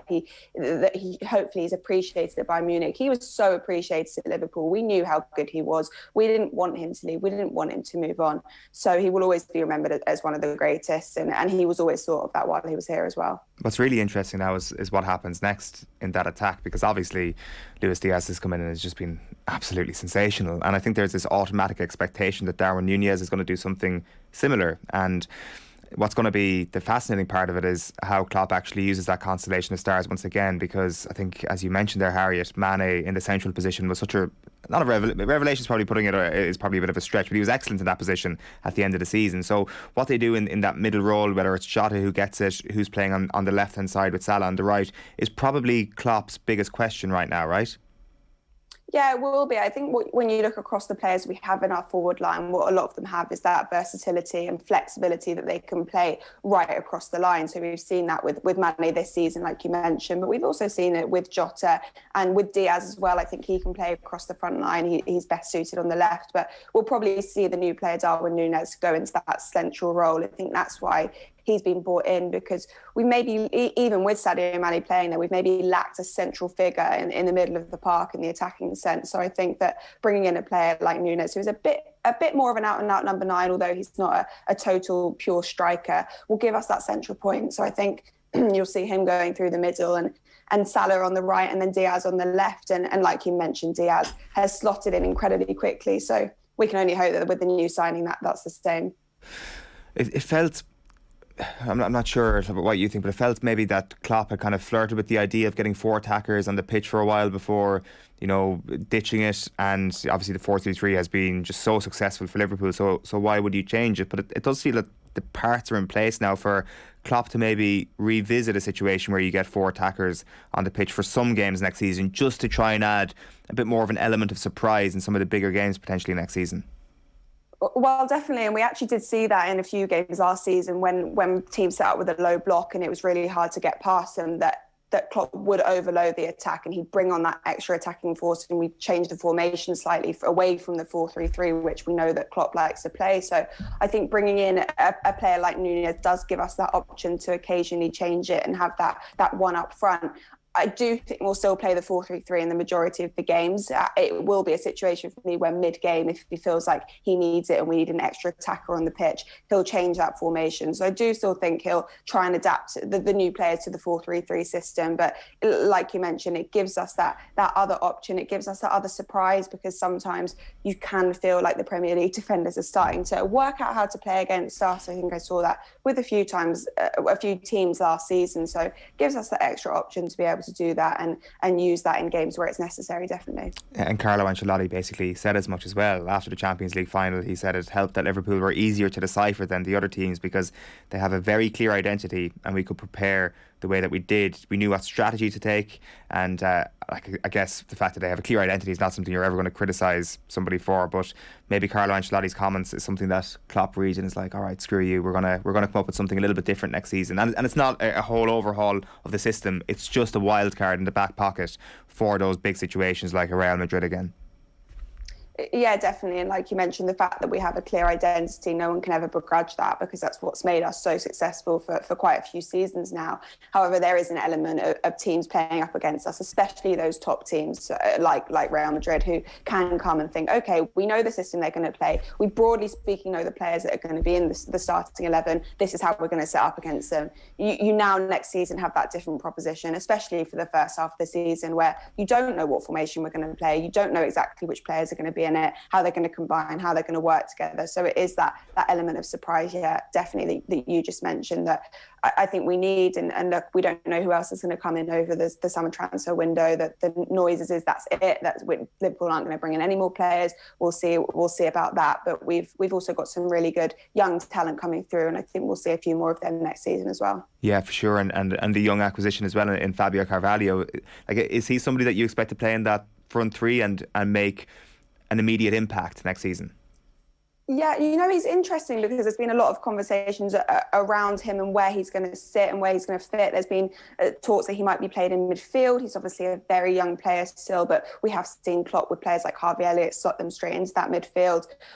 For me, he'll probably be another attacking option, but we'll wait and see how Klopp envisages him and where he wants to use him. But again, bringing a player in who can play in lots of different positions is such a Klopp attribute. So I think it'll be interesting to see where he's used. I'm not sure how much we'll see him next season, considering he is very young and he still does have a lot of development. The same with the new fullback Ramsey coming in as well. But it will be interesting to see how they use and what positions they use as well. Yeah, it kind of feels like that was the one weakness that you could point towards in Liverpool's squad was, if Trent gets injured, who's coming in? And I guess we'll see what Ramsey does when he plays for Liverpool, but they've gone some way to fixing that. Obviously signing an attacker, a top class attacker for one leaving is one way of fixing it, and they've added Fabio Carvalho. Is there any other area of that squad, Harriet, from last season that you're looking at and you're thinking, God, I'd love just an extra player there? Because you said that the transfer window might be done for Liverpool now. Do you think that they could potentially get another player or two that would make you sit a little easier going into the new season?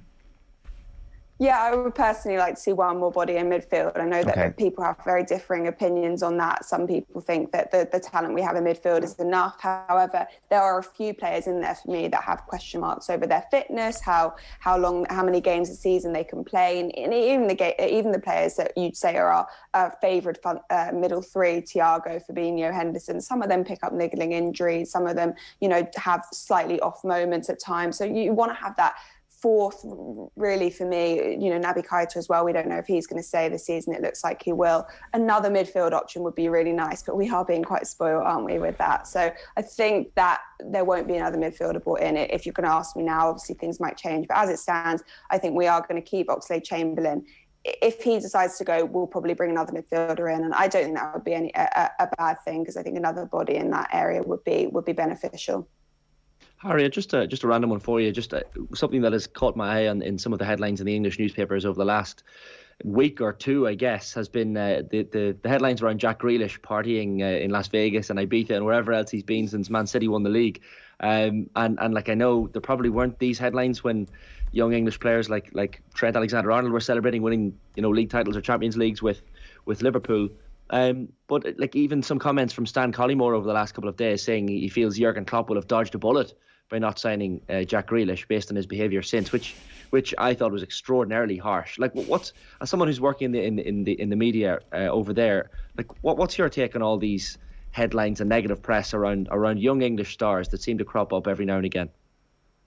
Oh, look, Jack Grealish is always going to have a bit of a target on his back because he has been known to be a bit of a party boy. And I think there were certain situations during the pandemic, if I remember rightly as well, that probably didn't help that. But they're young footballers. He's just won the league. I think he's very much entitled to go on holiday to Ibiza and have a good time. I don't see any problem with it personally. But the media will always try, I think, and get these moments and catch these players out. But yeah, it does seem to happen to young English talent. But Grealish I think he's such a popular figure within England, and that move to Man City was so widely talked about and the press were all over it. So I think he's going to have an extra target on his back and extra eyes on him because of the nature of how popular and how famous he is. But yeah, I think he's just won the league. I think they're all entitled to go and have a good time in the summer season. And it's been a long season, and there's going to be another very long season to come. So I don't personally see too much issue with it. But that's a conversation that the clubs have to have internally. And I'm sure that the manager has had with him internally as well. So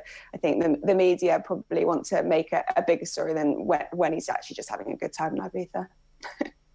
Just one last thing I wanted to ask you before we let you go, and I dare say this might be a conversation that will be rinsed and repeated for the next 12 months, and it is around Mo Salah. And just the angle I wanted to take on this is that in The Athletic, Daniel Taylor had a piece kind of going through the fact that top six clubs are sharing talent a lot more at the moment, given the concentration of wealth within those clubs and away from some of the clubs outside of the Premier League. That he says that the last time Manchester City allowed a prominent player to join another Big Six club other than on a free transfer, it was 10 years ago. However, this summer it could conceivably happen twice. You could have Sterling going to Chelsea, you could have Gabriel Jesus going to Tottenham or to Arsenal.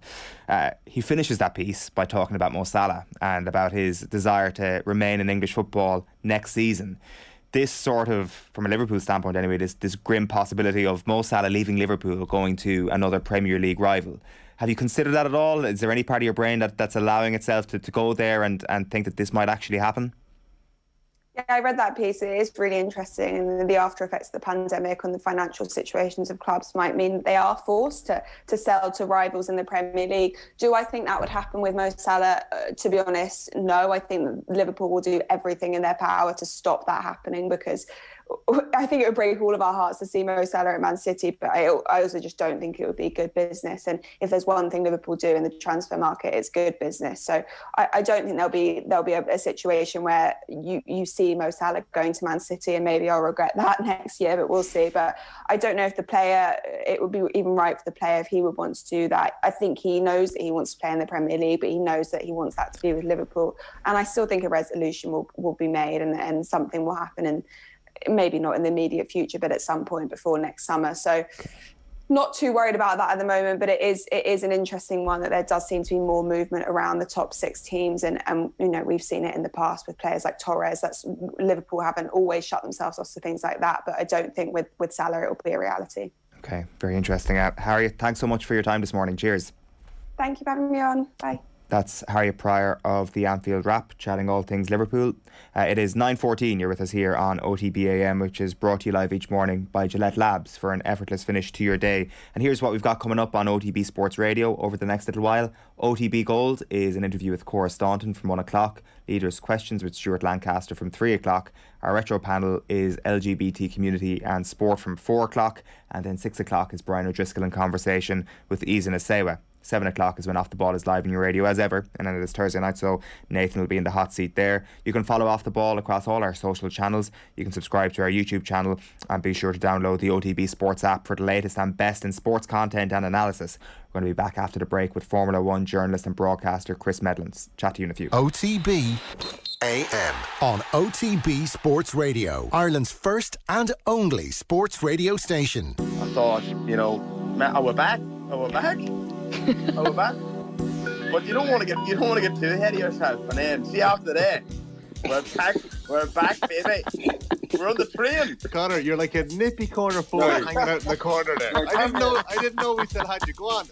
A current club manager at the minute. It's Shamrocks, isn't it, Dahi, in Offaly? Out of a job since this morning. What? Yeah. Or what happened? No, we walked. Anyway, another day's work. GAA Late Night. Live every Sunday evening, 8:30 on Twitter Spaces. Follow at Off the Ball. OTB AM. With Gillette. Get into your flow with the new Gillette Labs Razor with exfoliating bar. You're welcome back. It is 16 minutes past 9. We are turning our attention to Formula 1, and this time next week we'll be looking ahead to Silverstone. Formula 1 journalist and broadcaster Chris Medland is with us on the line to chat about a couple of the very, very interesting storylines that have popped up over the last little while. Chris, thanks a million for taking the call. How are you getting on?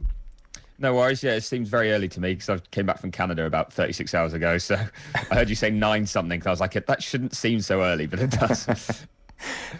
Next week, I dare say, is going to be pretty interesting given it's Silverstone week, and just kind of looking through some of the headlines at the moment, it feels like the British media and the British motorsport voices are quite vocal at the moment when it comes to Lewis Hamilton in particular. And we've spoken on the show quite a bit over the last little while about Lewis Hamilton and the pain that he's going through in particular this season. You've got a couple of different perspectives on this. You've got David Coulthard, who said that those that are struggling more are of course going to be more vocal than those that are getting results. I've been in the situation where I've had the advantage of my team doing a better job, and I've been on the other side when the team hasn't done such a good job. You take the pain, whether it's through your lower back. What I would say is that if any driver feels uncomfortable, step aside. And then on the other side of things, you've got Jackie Stewart, who says it's time for him to resign. Lewis Hamilton, that is. He's got music, he's got culture, he loves clothing, and the rag trade would be absolutely suitable for him. Is this a little bit of an overreaction, Chris, or do we think that Jackie Stewart could potentially be onto something here, that Lewis Hamilton is absolutely weighing up what he might do with his immediate future? No, it's definitely an overreaction. I mean, I respect Jackie a lot, but he has come up with some pretty strong comments before about Lewis and what he should or shouldn't do. And I think Lewis has always made pretty good calls with his career with the way it's panned out so far. I mean, this is the first really tough season he's had in, a decade nearly. So I think it's understandable that his reaction's been a bit getting used to it, not being in a race-winning car, in an uncomfortable car. And he's been doing a lot of experiments, trying to find ways of improving that car. And Canada was the perfect example. Friday, he did some experiments. Car was awful. He said so. He was in a terrible mood Friday night. But because of those experiments, they made a load of changes by the race on Sunday, and he was far more competitive and finished third and said he felt like a kid again and was absolutely... I've never seen him so delighted with a podium. This is a guy used to winning. He has the most wins ever. But just a third place he was just so happy with it. So I think we're seeing kind of a different side to Lewis at the moment that he's having to fight through at this stage of his career. As David Coulthard says, whether you're in the right boat or the wrong boat in terms of how competitive your car is, you're going to speak differently about things. That's just natural. Drivers are looking for competitive advantage and they all do it. So I'm not overly concerned really about Lewis in the long term. I think Mercedes will get things sorted out. And I think it won't be long before we're hearing him talking about the great job they've done and how they're fighting closer to the front. That Coulthard sentiment of, just shut up and get on with it, is that pervasive throughout the sport? I think it's a quite widely held view in the sense of when a team is struggling and it seems to be one team more than others, then you kind of give credit to the others for doing something more right. And it's not really on the FIA to have to make changes to then fix a problem of one team's making. It's on that team to fix that problem. And I think Mercedes are good enough and have shown they're good enough and are making progress that they don't really need that intervention. They just need to keep their heads down and keep working at the issue they've had. I did see from one team kind of the ride heights of every car in Azerbaijan where Lewis had his back problems. And according to them, the Mercedes was by far the lowest car, which meant it was going to have the most problems. And that team boss was like, well, if they came and joined us all in this window where all the other 9 teams are, they wouldn't have the same pain. They wouldn't be so competitive, but then that's on them for their car concept. So I think there's little sympathy from other teams, but Canada also showed shoots of recovery that we'd seen in Barcelona as well, which is a similar track to Silverstone. So I think the British public will have a more competitive Mercedes to see there too. Chris, it's interesting to see as well in Canada, Lewis Hamilton arrest that run of 7 defeats, if you want to call it that, to George Russell. Russell has been Mr. Consistency really for Mercedes so far this year. I think he still, has that record of being top 5 in every single race. So for Lewis to get one over his teammate when he's so used to, in the last number of years being dominant over Valtteri Bottas, that must mean something to him now, that he can maybe kick on from here and kind of use this rivalry with George Russell to his benefit. Yeah, absolutely. It's been a bit of a strange situation in that sense because lots of people were looking forward to this battle between Lewis and George and how it's going to pan out. And we expected it to be very close. But because Lewis has kind of taken on a bit more of the burden as the more experienced driver, then it has meant that it's backfired a few times and left him a little bit out of position compared to George, who's been brilliantly consistent. I've been so impressed with the way he's not really put a foot wrong. I think his first qualifying session, he tried to overdrive the car a bit like it was a Williams and he needed to put it further up the grid than it needed to be or could be. And Mercedes said to him, calm down, you're in a better car now, just get the most out of it. That's what we need you to do. And he's done that ever since. He just took that on board and has been excellent. I think we did see a slight turning point, partly because of how extreme Hamilton had gone with his setup on the Friday and how that could have really hurt him. But also as George gets more comfortable, he can take on more kind of responsibility and the two of them can then work together to find a sweet spot that should put them both in a better position for a race rather than just one car or the other. So I think we're going to see that rivalry kind of evolve. They do seem to have a very good relationship. I think George really understands that he can learn a lot from Lewis and that he's biding his time. This is going well for him now, but also longer term, if he impresses Mercedes, he can take on the leadership role. And when I did an interview with him in Monaco, he kind of said that I'd take a tough year now with the potential to be in a team that could win 6-7 championships in a row than a flash in the pan season where in my first year I win the title, but then we're never near it ever again. So he feels like he's in the best place for his long-term career. And I think that has kind of led to this rivalry not bubbling over so much because they're both at different stages and they know it. It's funny, I'm looking here, Chris, at the list of races to come, 4 races between now and the mid-season break. So you've got, as Owen mentioned, Silverstone coming up. We have Austria, we have France, and we have Hungary as well. We know Lewis Hamilton has that extremely impeccable record in Silverstone, 8 wins there in all. If you look at those tracks, Silverstone, Austria, and France specifically, you see a lot of people in an engineering sense online talking about these fast sweeping corners on those tracks, the smooth wide tracks as well, that might suit Mercedes a little bit more without, you would hope, the porpoising issue that has been dogging them of late. So do you see the next 3 or 4 races before this mid-season finale or break as quite important for Mercedes?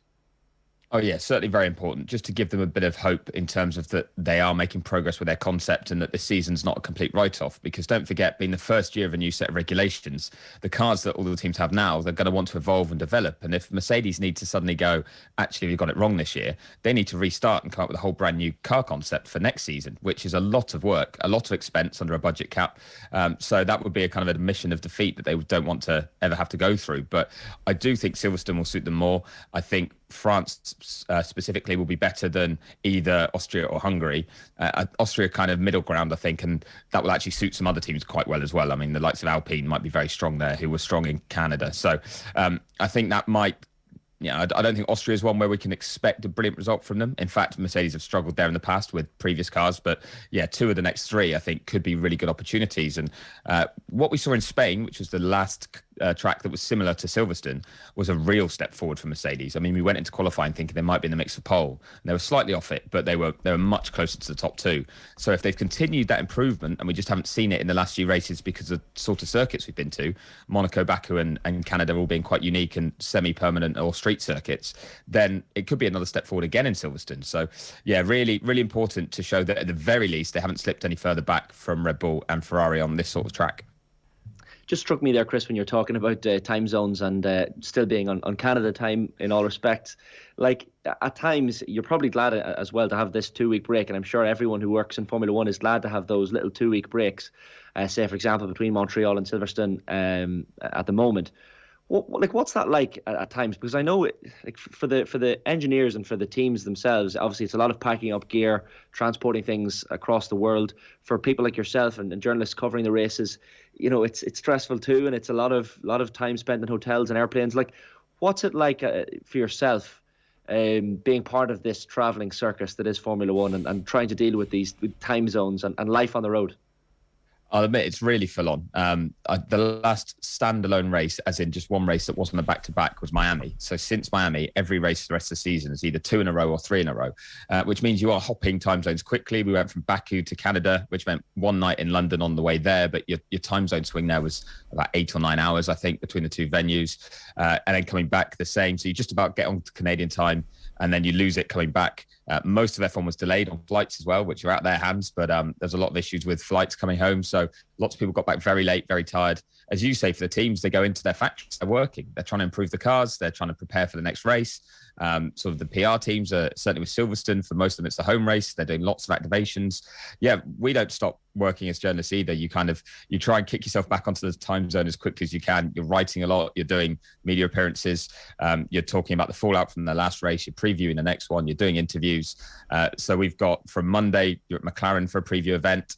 Tuesday at Red Bull for a preview event. Wednesday, there's an event in London. So you're still traveling around and gathering things and doing interviews. You're just not doing it at a race venue. And then from Thursday, you're at Silverstone. So it doesn't really stop. You try and just take the Saturday, Sunday if you can, like anyone else gets a normal weekend if you can. But sometimes that's not possible because news might break or things might happen. So it's quite relentless. But at the same time, you get very caught up in this world when you're traveling around with it. It is like a small traveling circus, a bit of a family. And you know a lot of what's going on. You know what's coming next. And you get into quite a rhythm. So it's only when that rhythm maybe gets away from you a bit that it becomes a real struggle. But the rest of the time, it's quite fun to be in and you get caught up in it. And you look forward really to the summer break, the one you mentioned in 4 races time, where there's, I think, 3 weeks, where there's a mandatory shutdown for 2 weeks for all the teams to try and make sure everyone takes some time off, and you try and do it then. It's interesting. Like, is it like when you're in that sort of environment, you obviously get into kind of like a routine of the familiar faces of the teams and the other media around you. Is it very much a case where the journalists and those that are actually working at the teams keep their distance, or are you sometimes hopping on a transatlantic flight and there's an engineer from a certain team sitting beside you? Oh yeah, plenty of times you end up mixing with teams and other media and all sorts, anyone working within the sport really, just because of the nature of the travel and limited flights, limited ability to move around. A lot of people coming out of Canada on Monday night, lots of the teams, I'd say probably 60-70% of Formula 1 as a travelling unit was leaving on Monday night and delayed coming out of Montreal airport. So everyone's mixing at the airport and sharing tales of woe and then on the planes together. And there were some pretty bad tales of woe, some terrible management from one of the airlines that took people off the flight for no reason. So that's still ongoing. There's people that were there working at that race that are only just getting home now.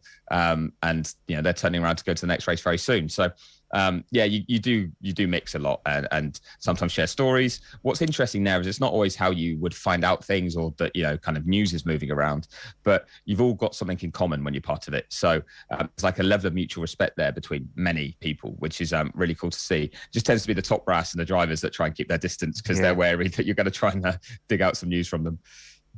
Just to touch on a couple of those teams from Canada, Chris, and their performances. We know now Max Verstappen has this 46-point lead over his Red Bull teammate Sergio Perez, and then you have Charles Leclerc, who really stormed into a lead at the start of the season. Probably driver of the day for many people in Montreal, like up to fifth from a 19th start in the grid due to that grid penalty, of course. Carlos Sainz as well on the podium again. I think it was his 11th career podium, but still without a win, which is quite remarkable for a driver of his talent. But probably a race on a weekend in Canada of what might have been for Ferrari, but they still had the pace and got their pit stops very right. So they weren't that far off Verstappen.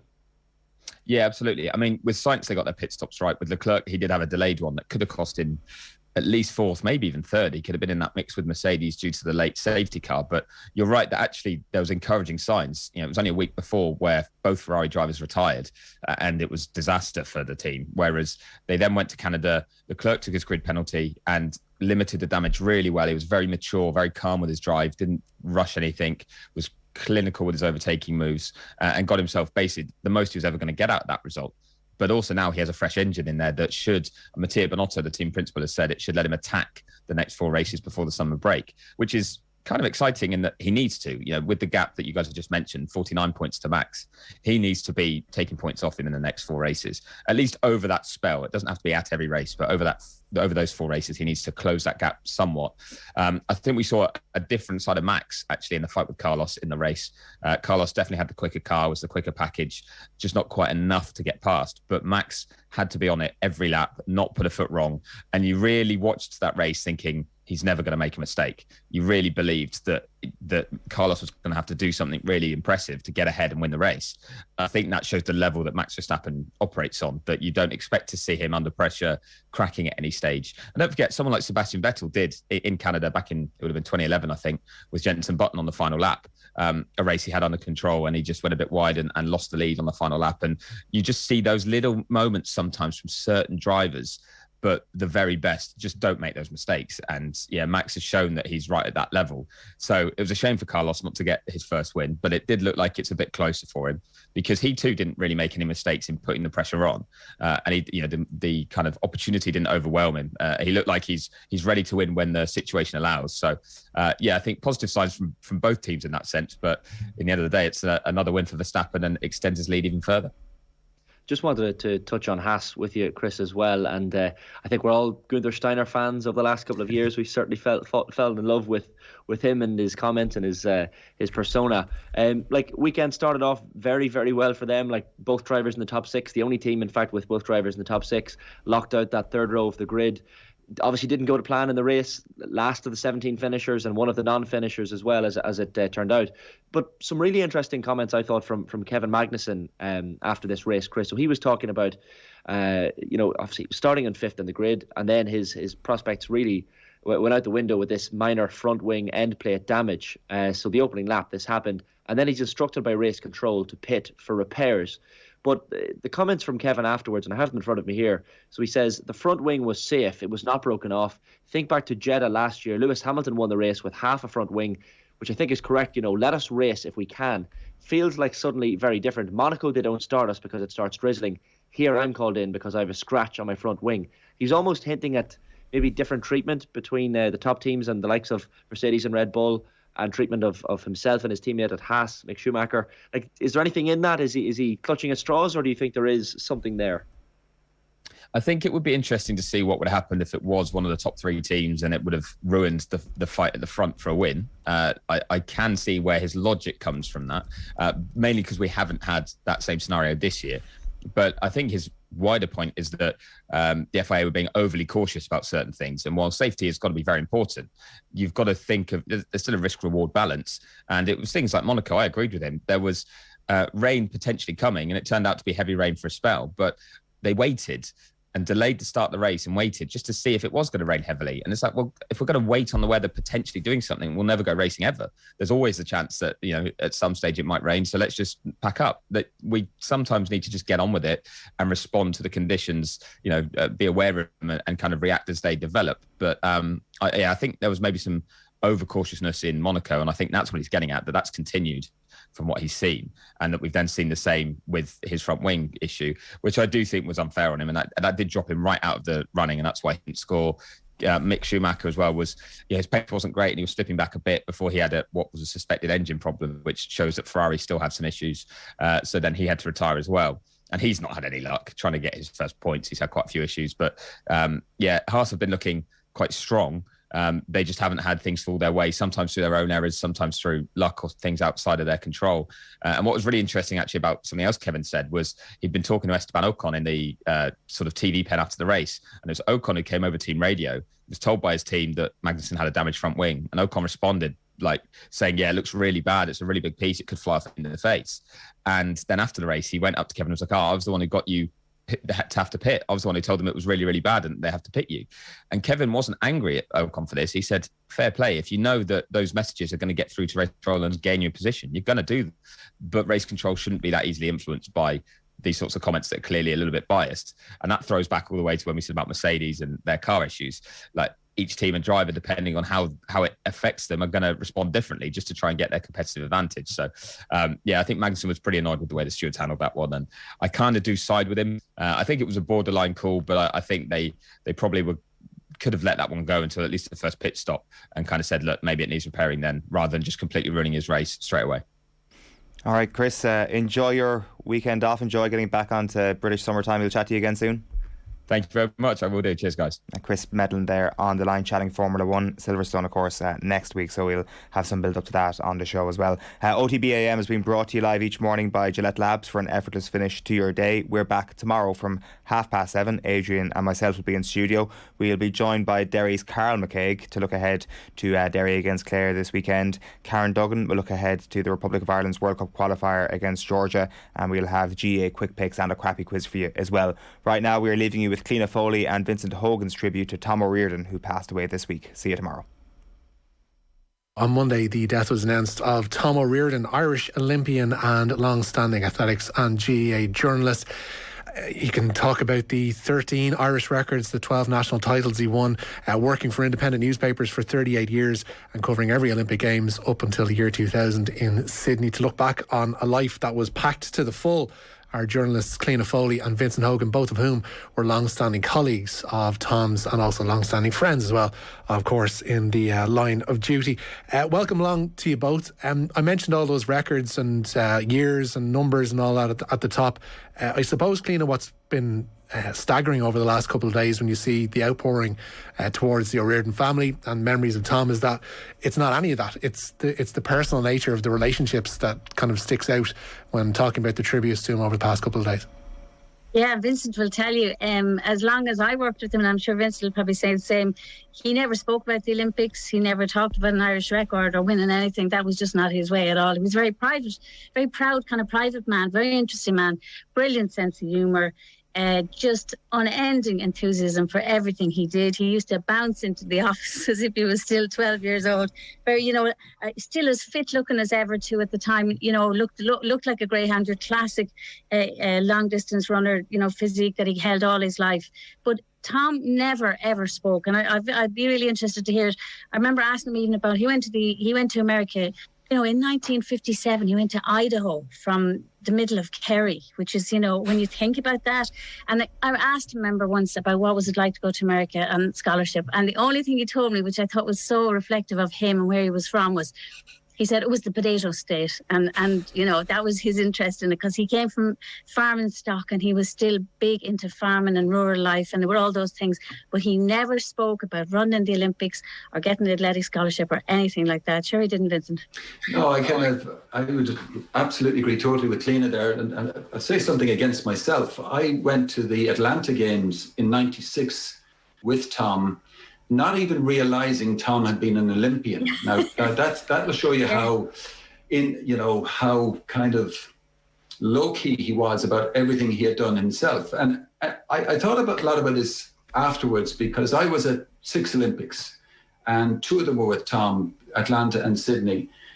And the more I went into those Olympics, the more fascinated I became sitting on a flight going into an Olympic city, and you're surrounded by Olympic athletes, and you think of the psychological tyranny of the 4-yearly cycle and everything they've put in for a moment that could be a minute long or 2 hours long. And there you saw so many haunted people. And I'd love to have spoken to Tom about the experience of 64 in Tokyo. Obviously, he ended up disappointed not making the 5,000 metre final, but he never spoke about stuff like that. You know, Tom O'Riordan just wore his achievements so lightly. And, you know, I joined the Irish Independent in 1985, and growing up in Neenah, County Tipperary, our house was an Irish Independent house. So all of these people, the Sean Diffleys, the Colm Smiths, the Noel Dunns, the Damien McElroys, Kieran Rooneys, Tom McGinty, Carl McGinty, Tom Cryan, and Tom O'Riordan, they were superstars to me. And I remember going in 1985, and just down 3 doors down from the old independent offices in Abbey Street was the Oval Bar. And if you went into the Oval Bar back then, framed caricatures of all of those writers were up on the walls. These guys were superstars, but the only one of them that actually had this body of high achievement as a sportsman himself was Tom O'Riordan. But most of us never even knew the extent of it. Like, I think back now, and Ian, his son, writing for the Irish Times, has written beautifully about his dad in recent times. And I've learned so much from Ian's columns about Tom. And then Sinead Kassan, his niece, did an interview with Tom, I think it was in 2017, to mark his 80th. And I learned more from that. And I'm kind of shocked that I could have spent so much time in the company of this man and known so little about him. The piece with Sinead from 2017, it's actually like when you go into it, you think it's going to be a full-on profile, and it is. And there aren't even, it's not as if it's laden with quotes from Tom, but from what you do hear from him, Cliona, you do get a sense of the man he was and the kind of person that he would have added to an office environment or to bring to a games. There's a sense that the less he spoke, the more he said. Would that be accurate? And when he did speak, he had a great sense of humour and really, really great, just a twinkle in his eye. When he would crack a joke, you'd all crack up. I saw a brilliant line, somebody quoted today, Eoin O'Gara from The Independent had a great line. He was saying he rang Gillian O'Sullivan's house once, the race walker who won a silver medal in the World Championships. He rang her house once and they said she was out for a walk. She'd gone out for a walk, and he answered straight off the bat, will she be 10 minutes or 3 hours? Which I thought was just genius, that Aidan remembered it. And he had that really quick, fast Kerry wit.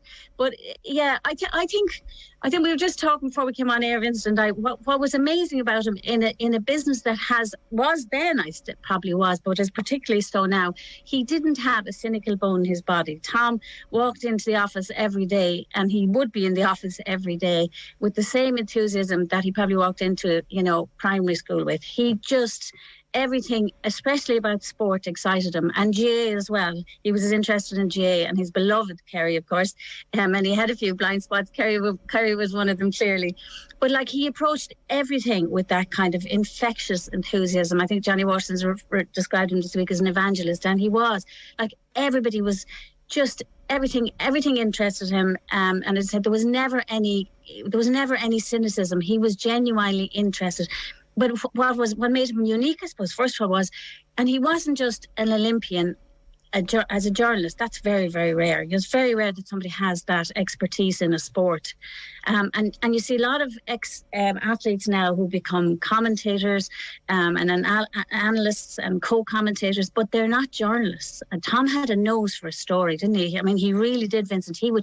I saw Sonia Sullivan in a piece this week with Carl Denny saying, he could be like a dog with a bone. If you went after the story, he would not let it go. So he was a really good journalist as well. He was outstanding, Cliona. He could cover stuff in forensic detail. But the thing that does strike me, and you talk about that enthusiasm, and in today's cynical world, it's almost it's depicted as innocence by some people. But he could write with that enthusiasm about people who had achieved nothing remotely close to what he'd achieved himself. And that was the beautiful thing about him. Ego was gone out of the way. But it wasn't just about sport. You could sit beside Tom at a GA match and he'd talk about being up cutting turf he loved it. The day before.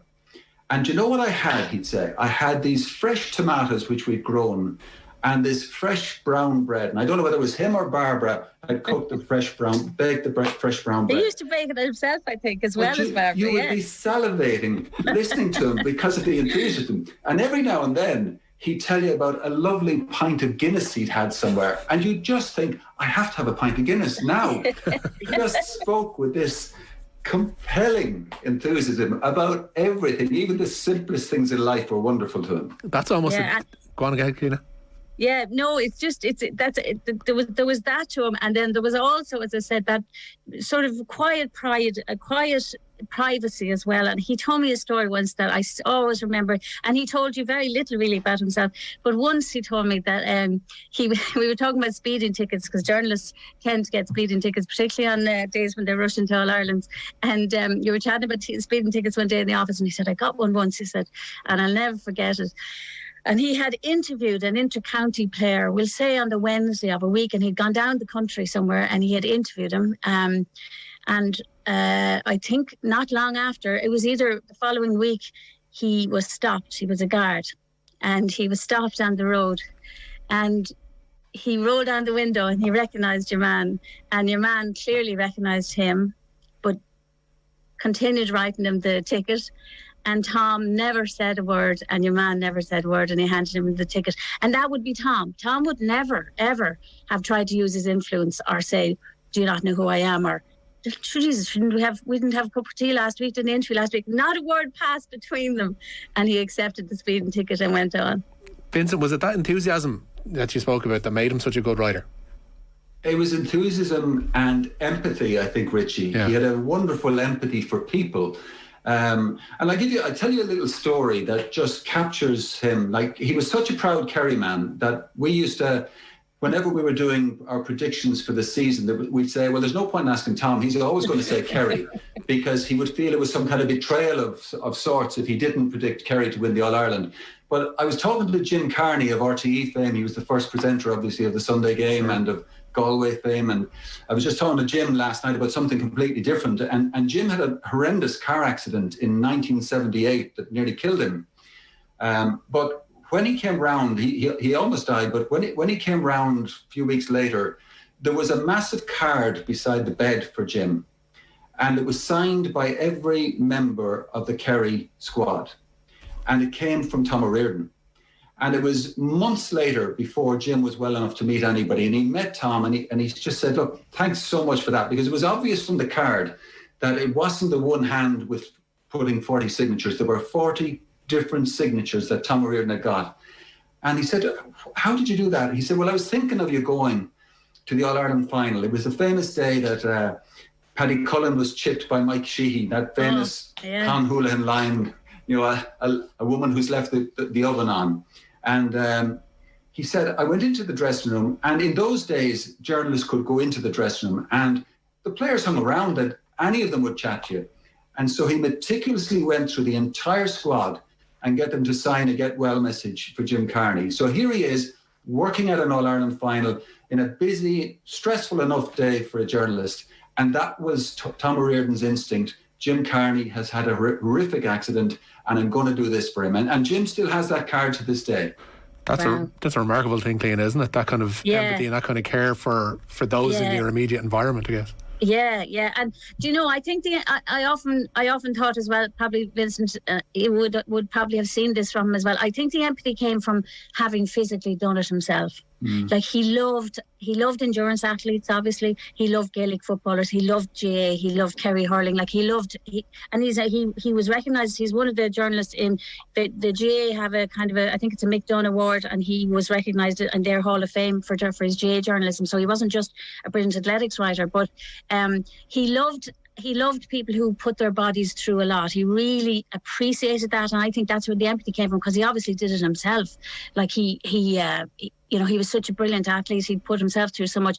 And he loved somebody like Seamus Power. Seamus Power was a brilliant cross-country runner from Clare who probably never made it in terms of internationals. And if you weren't an athletics person, you wouldn't know him. But he was the ultimate, and he had brilliant battles with Peter Matt. There was a couple of them at the same time, all came up at the same time. They used to have these amazing cross-country battles. But Tom loved somebody like Seamus Power because he could understand what he was putting his body through, and also he was a country guy, and I think that's what made him such a good GA writer, I think, as well, was because he brought that rural knowledge and that background to it. And I just always felt that I think people that he interviewed as well, particularly rural GA players, understood that he understood where they came from. I think that's a great point, Cliona, because the one thing he had was a kindness towards people who struggled and had a bad day. But he also had that kind of journalistic rigour. And Sonia has spoken about this many times. He could be quite hard on Sonia because he knew how good Sonia was, and he knew what Sonia would have expected of herself and demanded of herself. So the journalistic rigour would be a little bit stiffer with someone of her talent, or Eamon Coughlin's talent, or John Tracy's talent. And all of these athletes thought the world of Tom because he understood what they were doing and he didn't let them off. He would absolutely question them almost forensically about why they didn't perform on a given day. But with another athlete who he understood was at the limit of their capacity, his kindness, he would never, ever be unfair to them.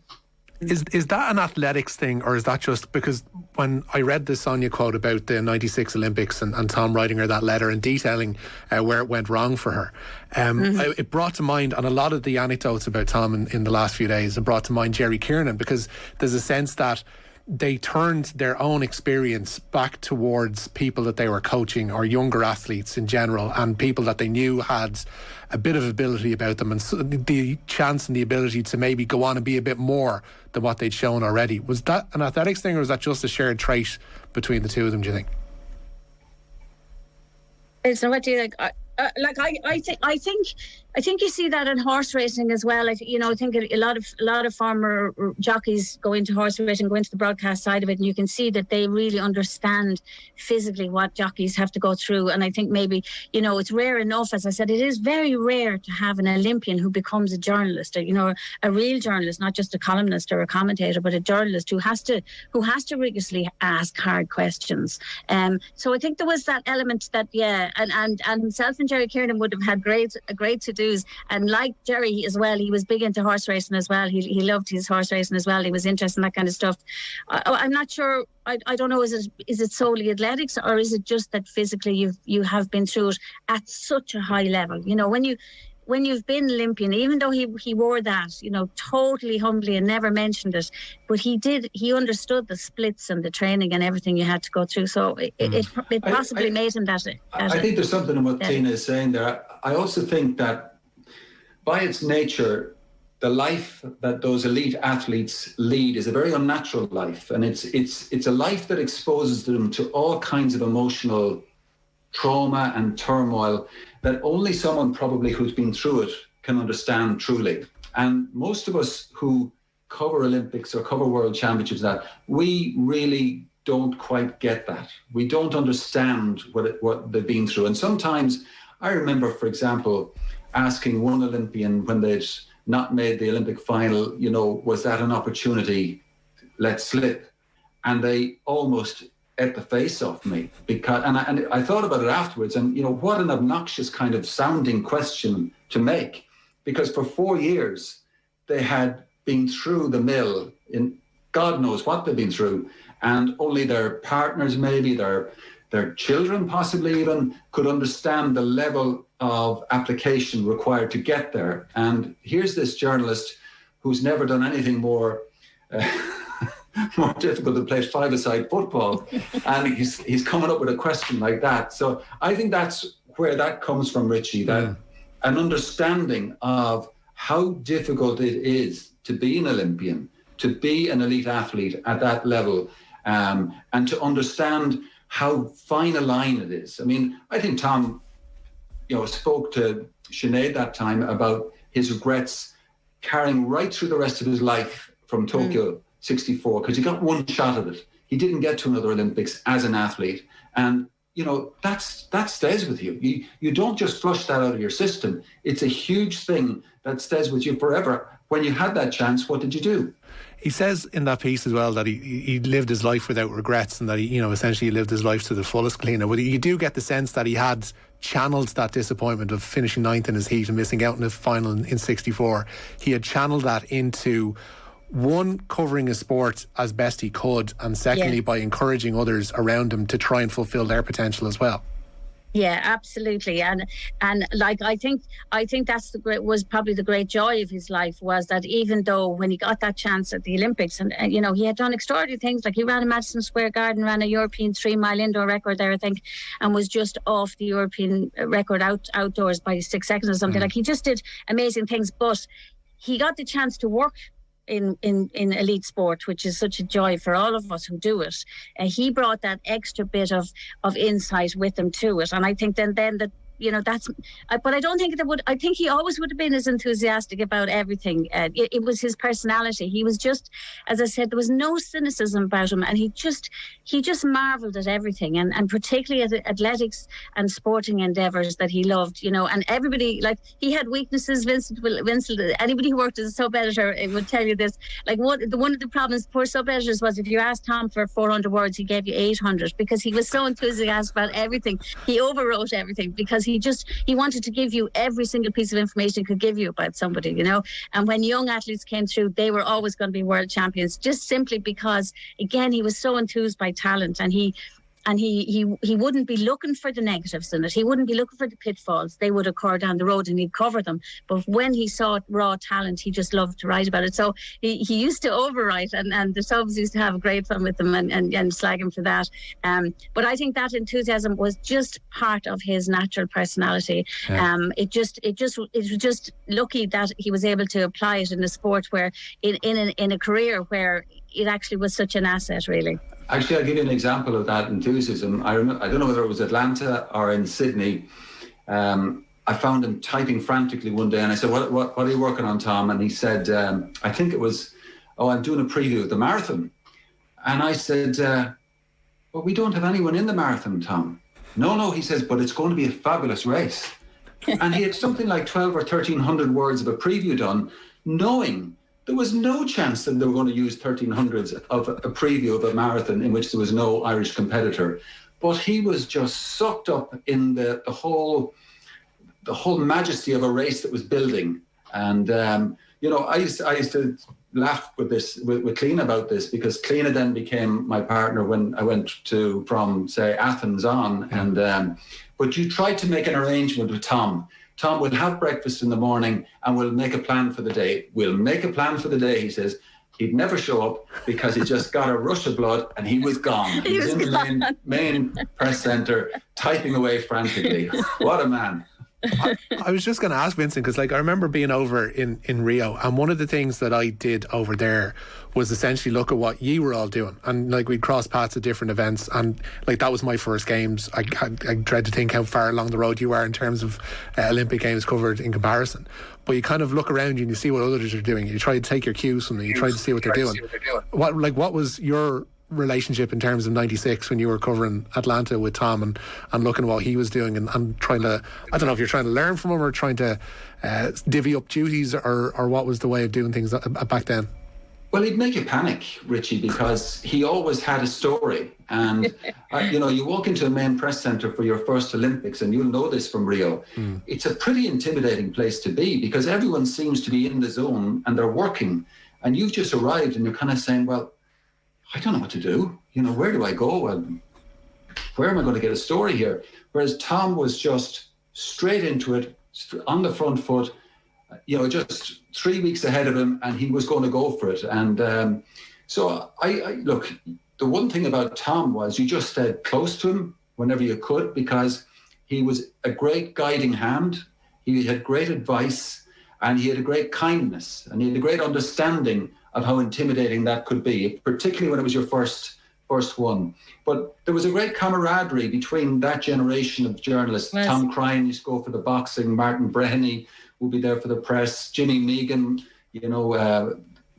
great friend of his. the brother of my father-in-law, and they used to have such fun. And these guys, they would break away with the Hugh McIlvanys and the Patrick Collinses, the biggest writers in the UK, and they'd have a quiet beer at 3 p.m, wherever they were, just to gather their thoughts and have a chat, just for half an hour, and then they go back and work. And Tom, who was this fitness fanatic who always looked after himself, could slip into that company so easily and not be judgmental in any way, and just be part of the group. And that was the beauty of the man. He was never judgmental in an industry where it wasn't exactly known for clean living, Richie. And well, there's a reason why the pictures are up in the Oval and not in a gym.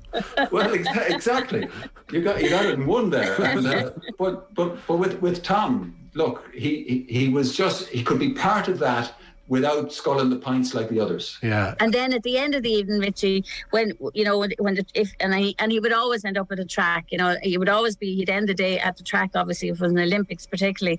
But what always would amaze me afterwards is when the lights would be gone out in the stadium and you might have got somewhere for a drink, one drink before you'd finish up and go home.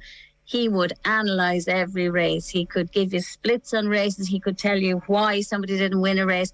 That equally fascinated him. He just thought about athletics so deeply and so enthusiastically, and loved the whole tactical thing of it. He was brilliant on tactics, and just would really love to analyse, and would be full of regrets, particularly for Irish athletes, who would be saying, oh, if only they had done that. He would nearly take it to heart. He would feel deeply for them, that they didn't get through that heat or that they didn't make a medal. He really cared. Without wanting to turn the conversation inwards, I guess, it's kind of, his passing marks the fact that that's an era of Irish journalism that is kind of drifting away. The idea that a newspaper would have a dedicated athletics columnist, etc., is becoming all the more rarer in an industry that's contracting further and further year on year. So there is an added sadness, Vincent, I guess, to see someone like Tom moving on, passing away like that.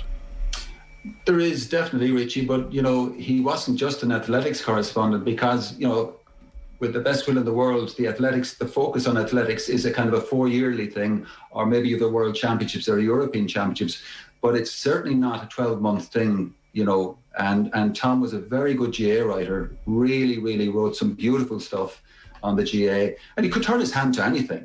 And I have to say, I was really shocked. There's Malachy Clerkin sent me a message on Monday. I couldn't believe the news when I heard it, because I hadn't seen Tom, and again, it's remiss of us all, we kind of lose touch. It's about 4 years ago, I think, since I went over to the house. I brought him over a book, and the Parkinson's was impacting on him then, but he was still the same sparkling eyes, and the same, always ready for a laugh, and it hadn't really impacted on him that heavily at the time. And then you'd meet Ian at matches, and you'd always, how's Tom, and Ian would be kind of philosophical, yeah, he's doing well. So I was really saddened to hear what happened, and for OTB AM with Gillette. Get into your flow with the new Gillette Labs Razor with exfoliating bar.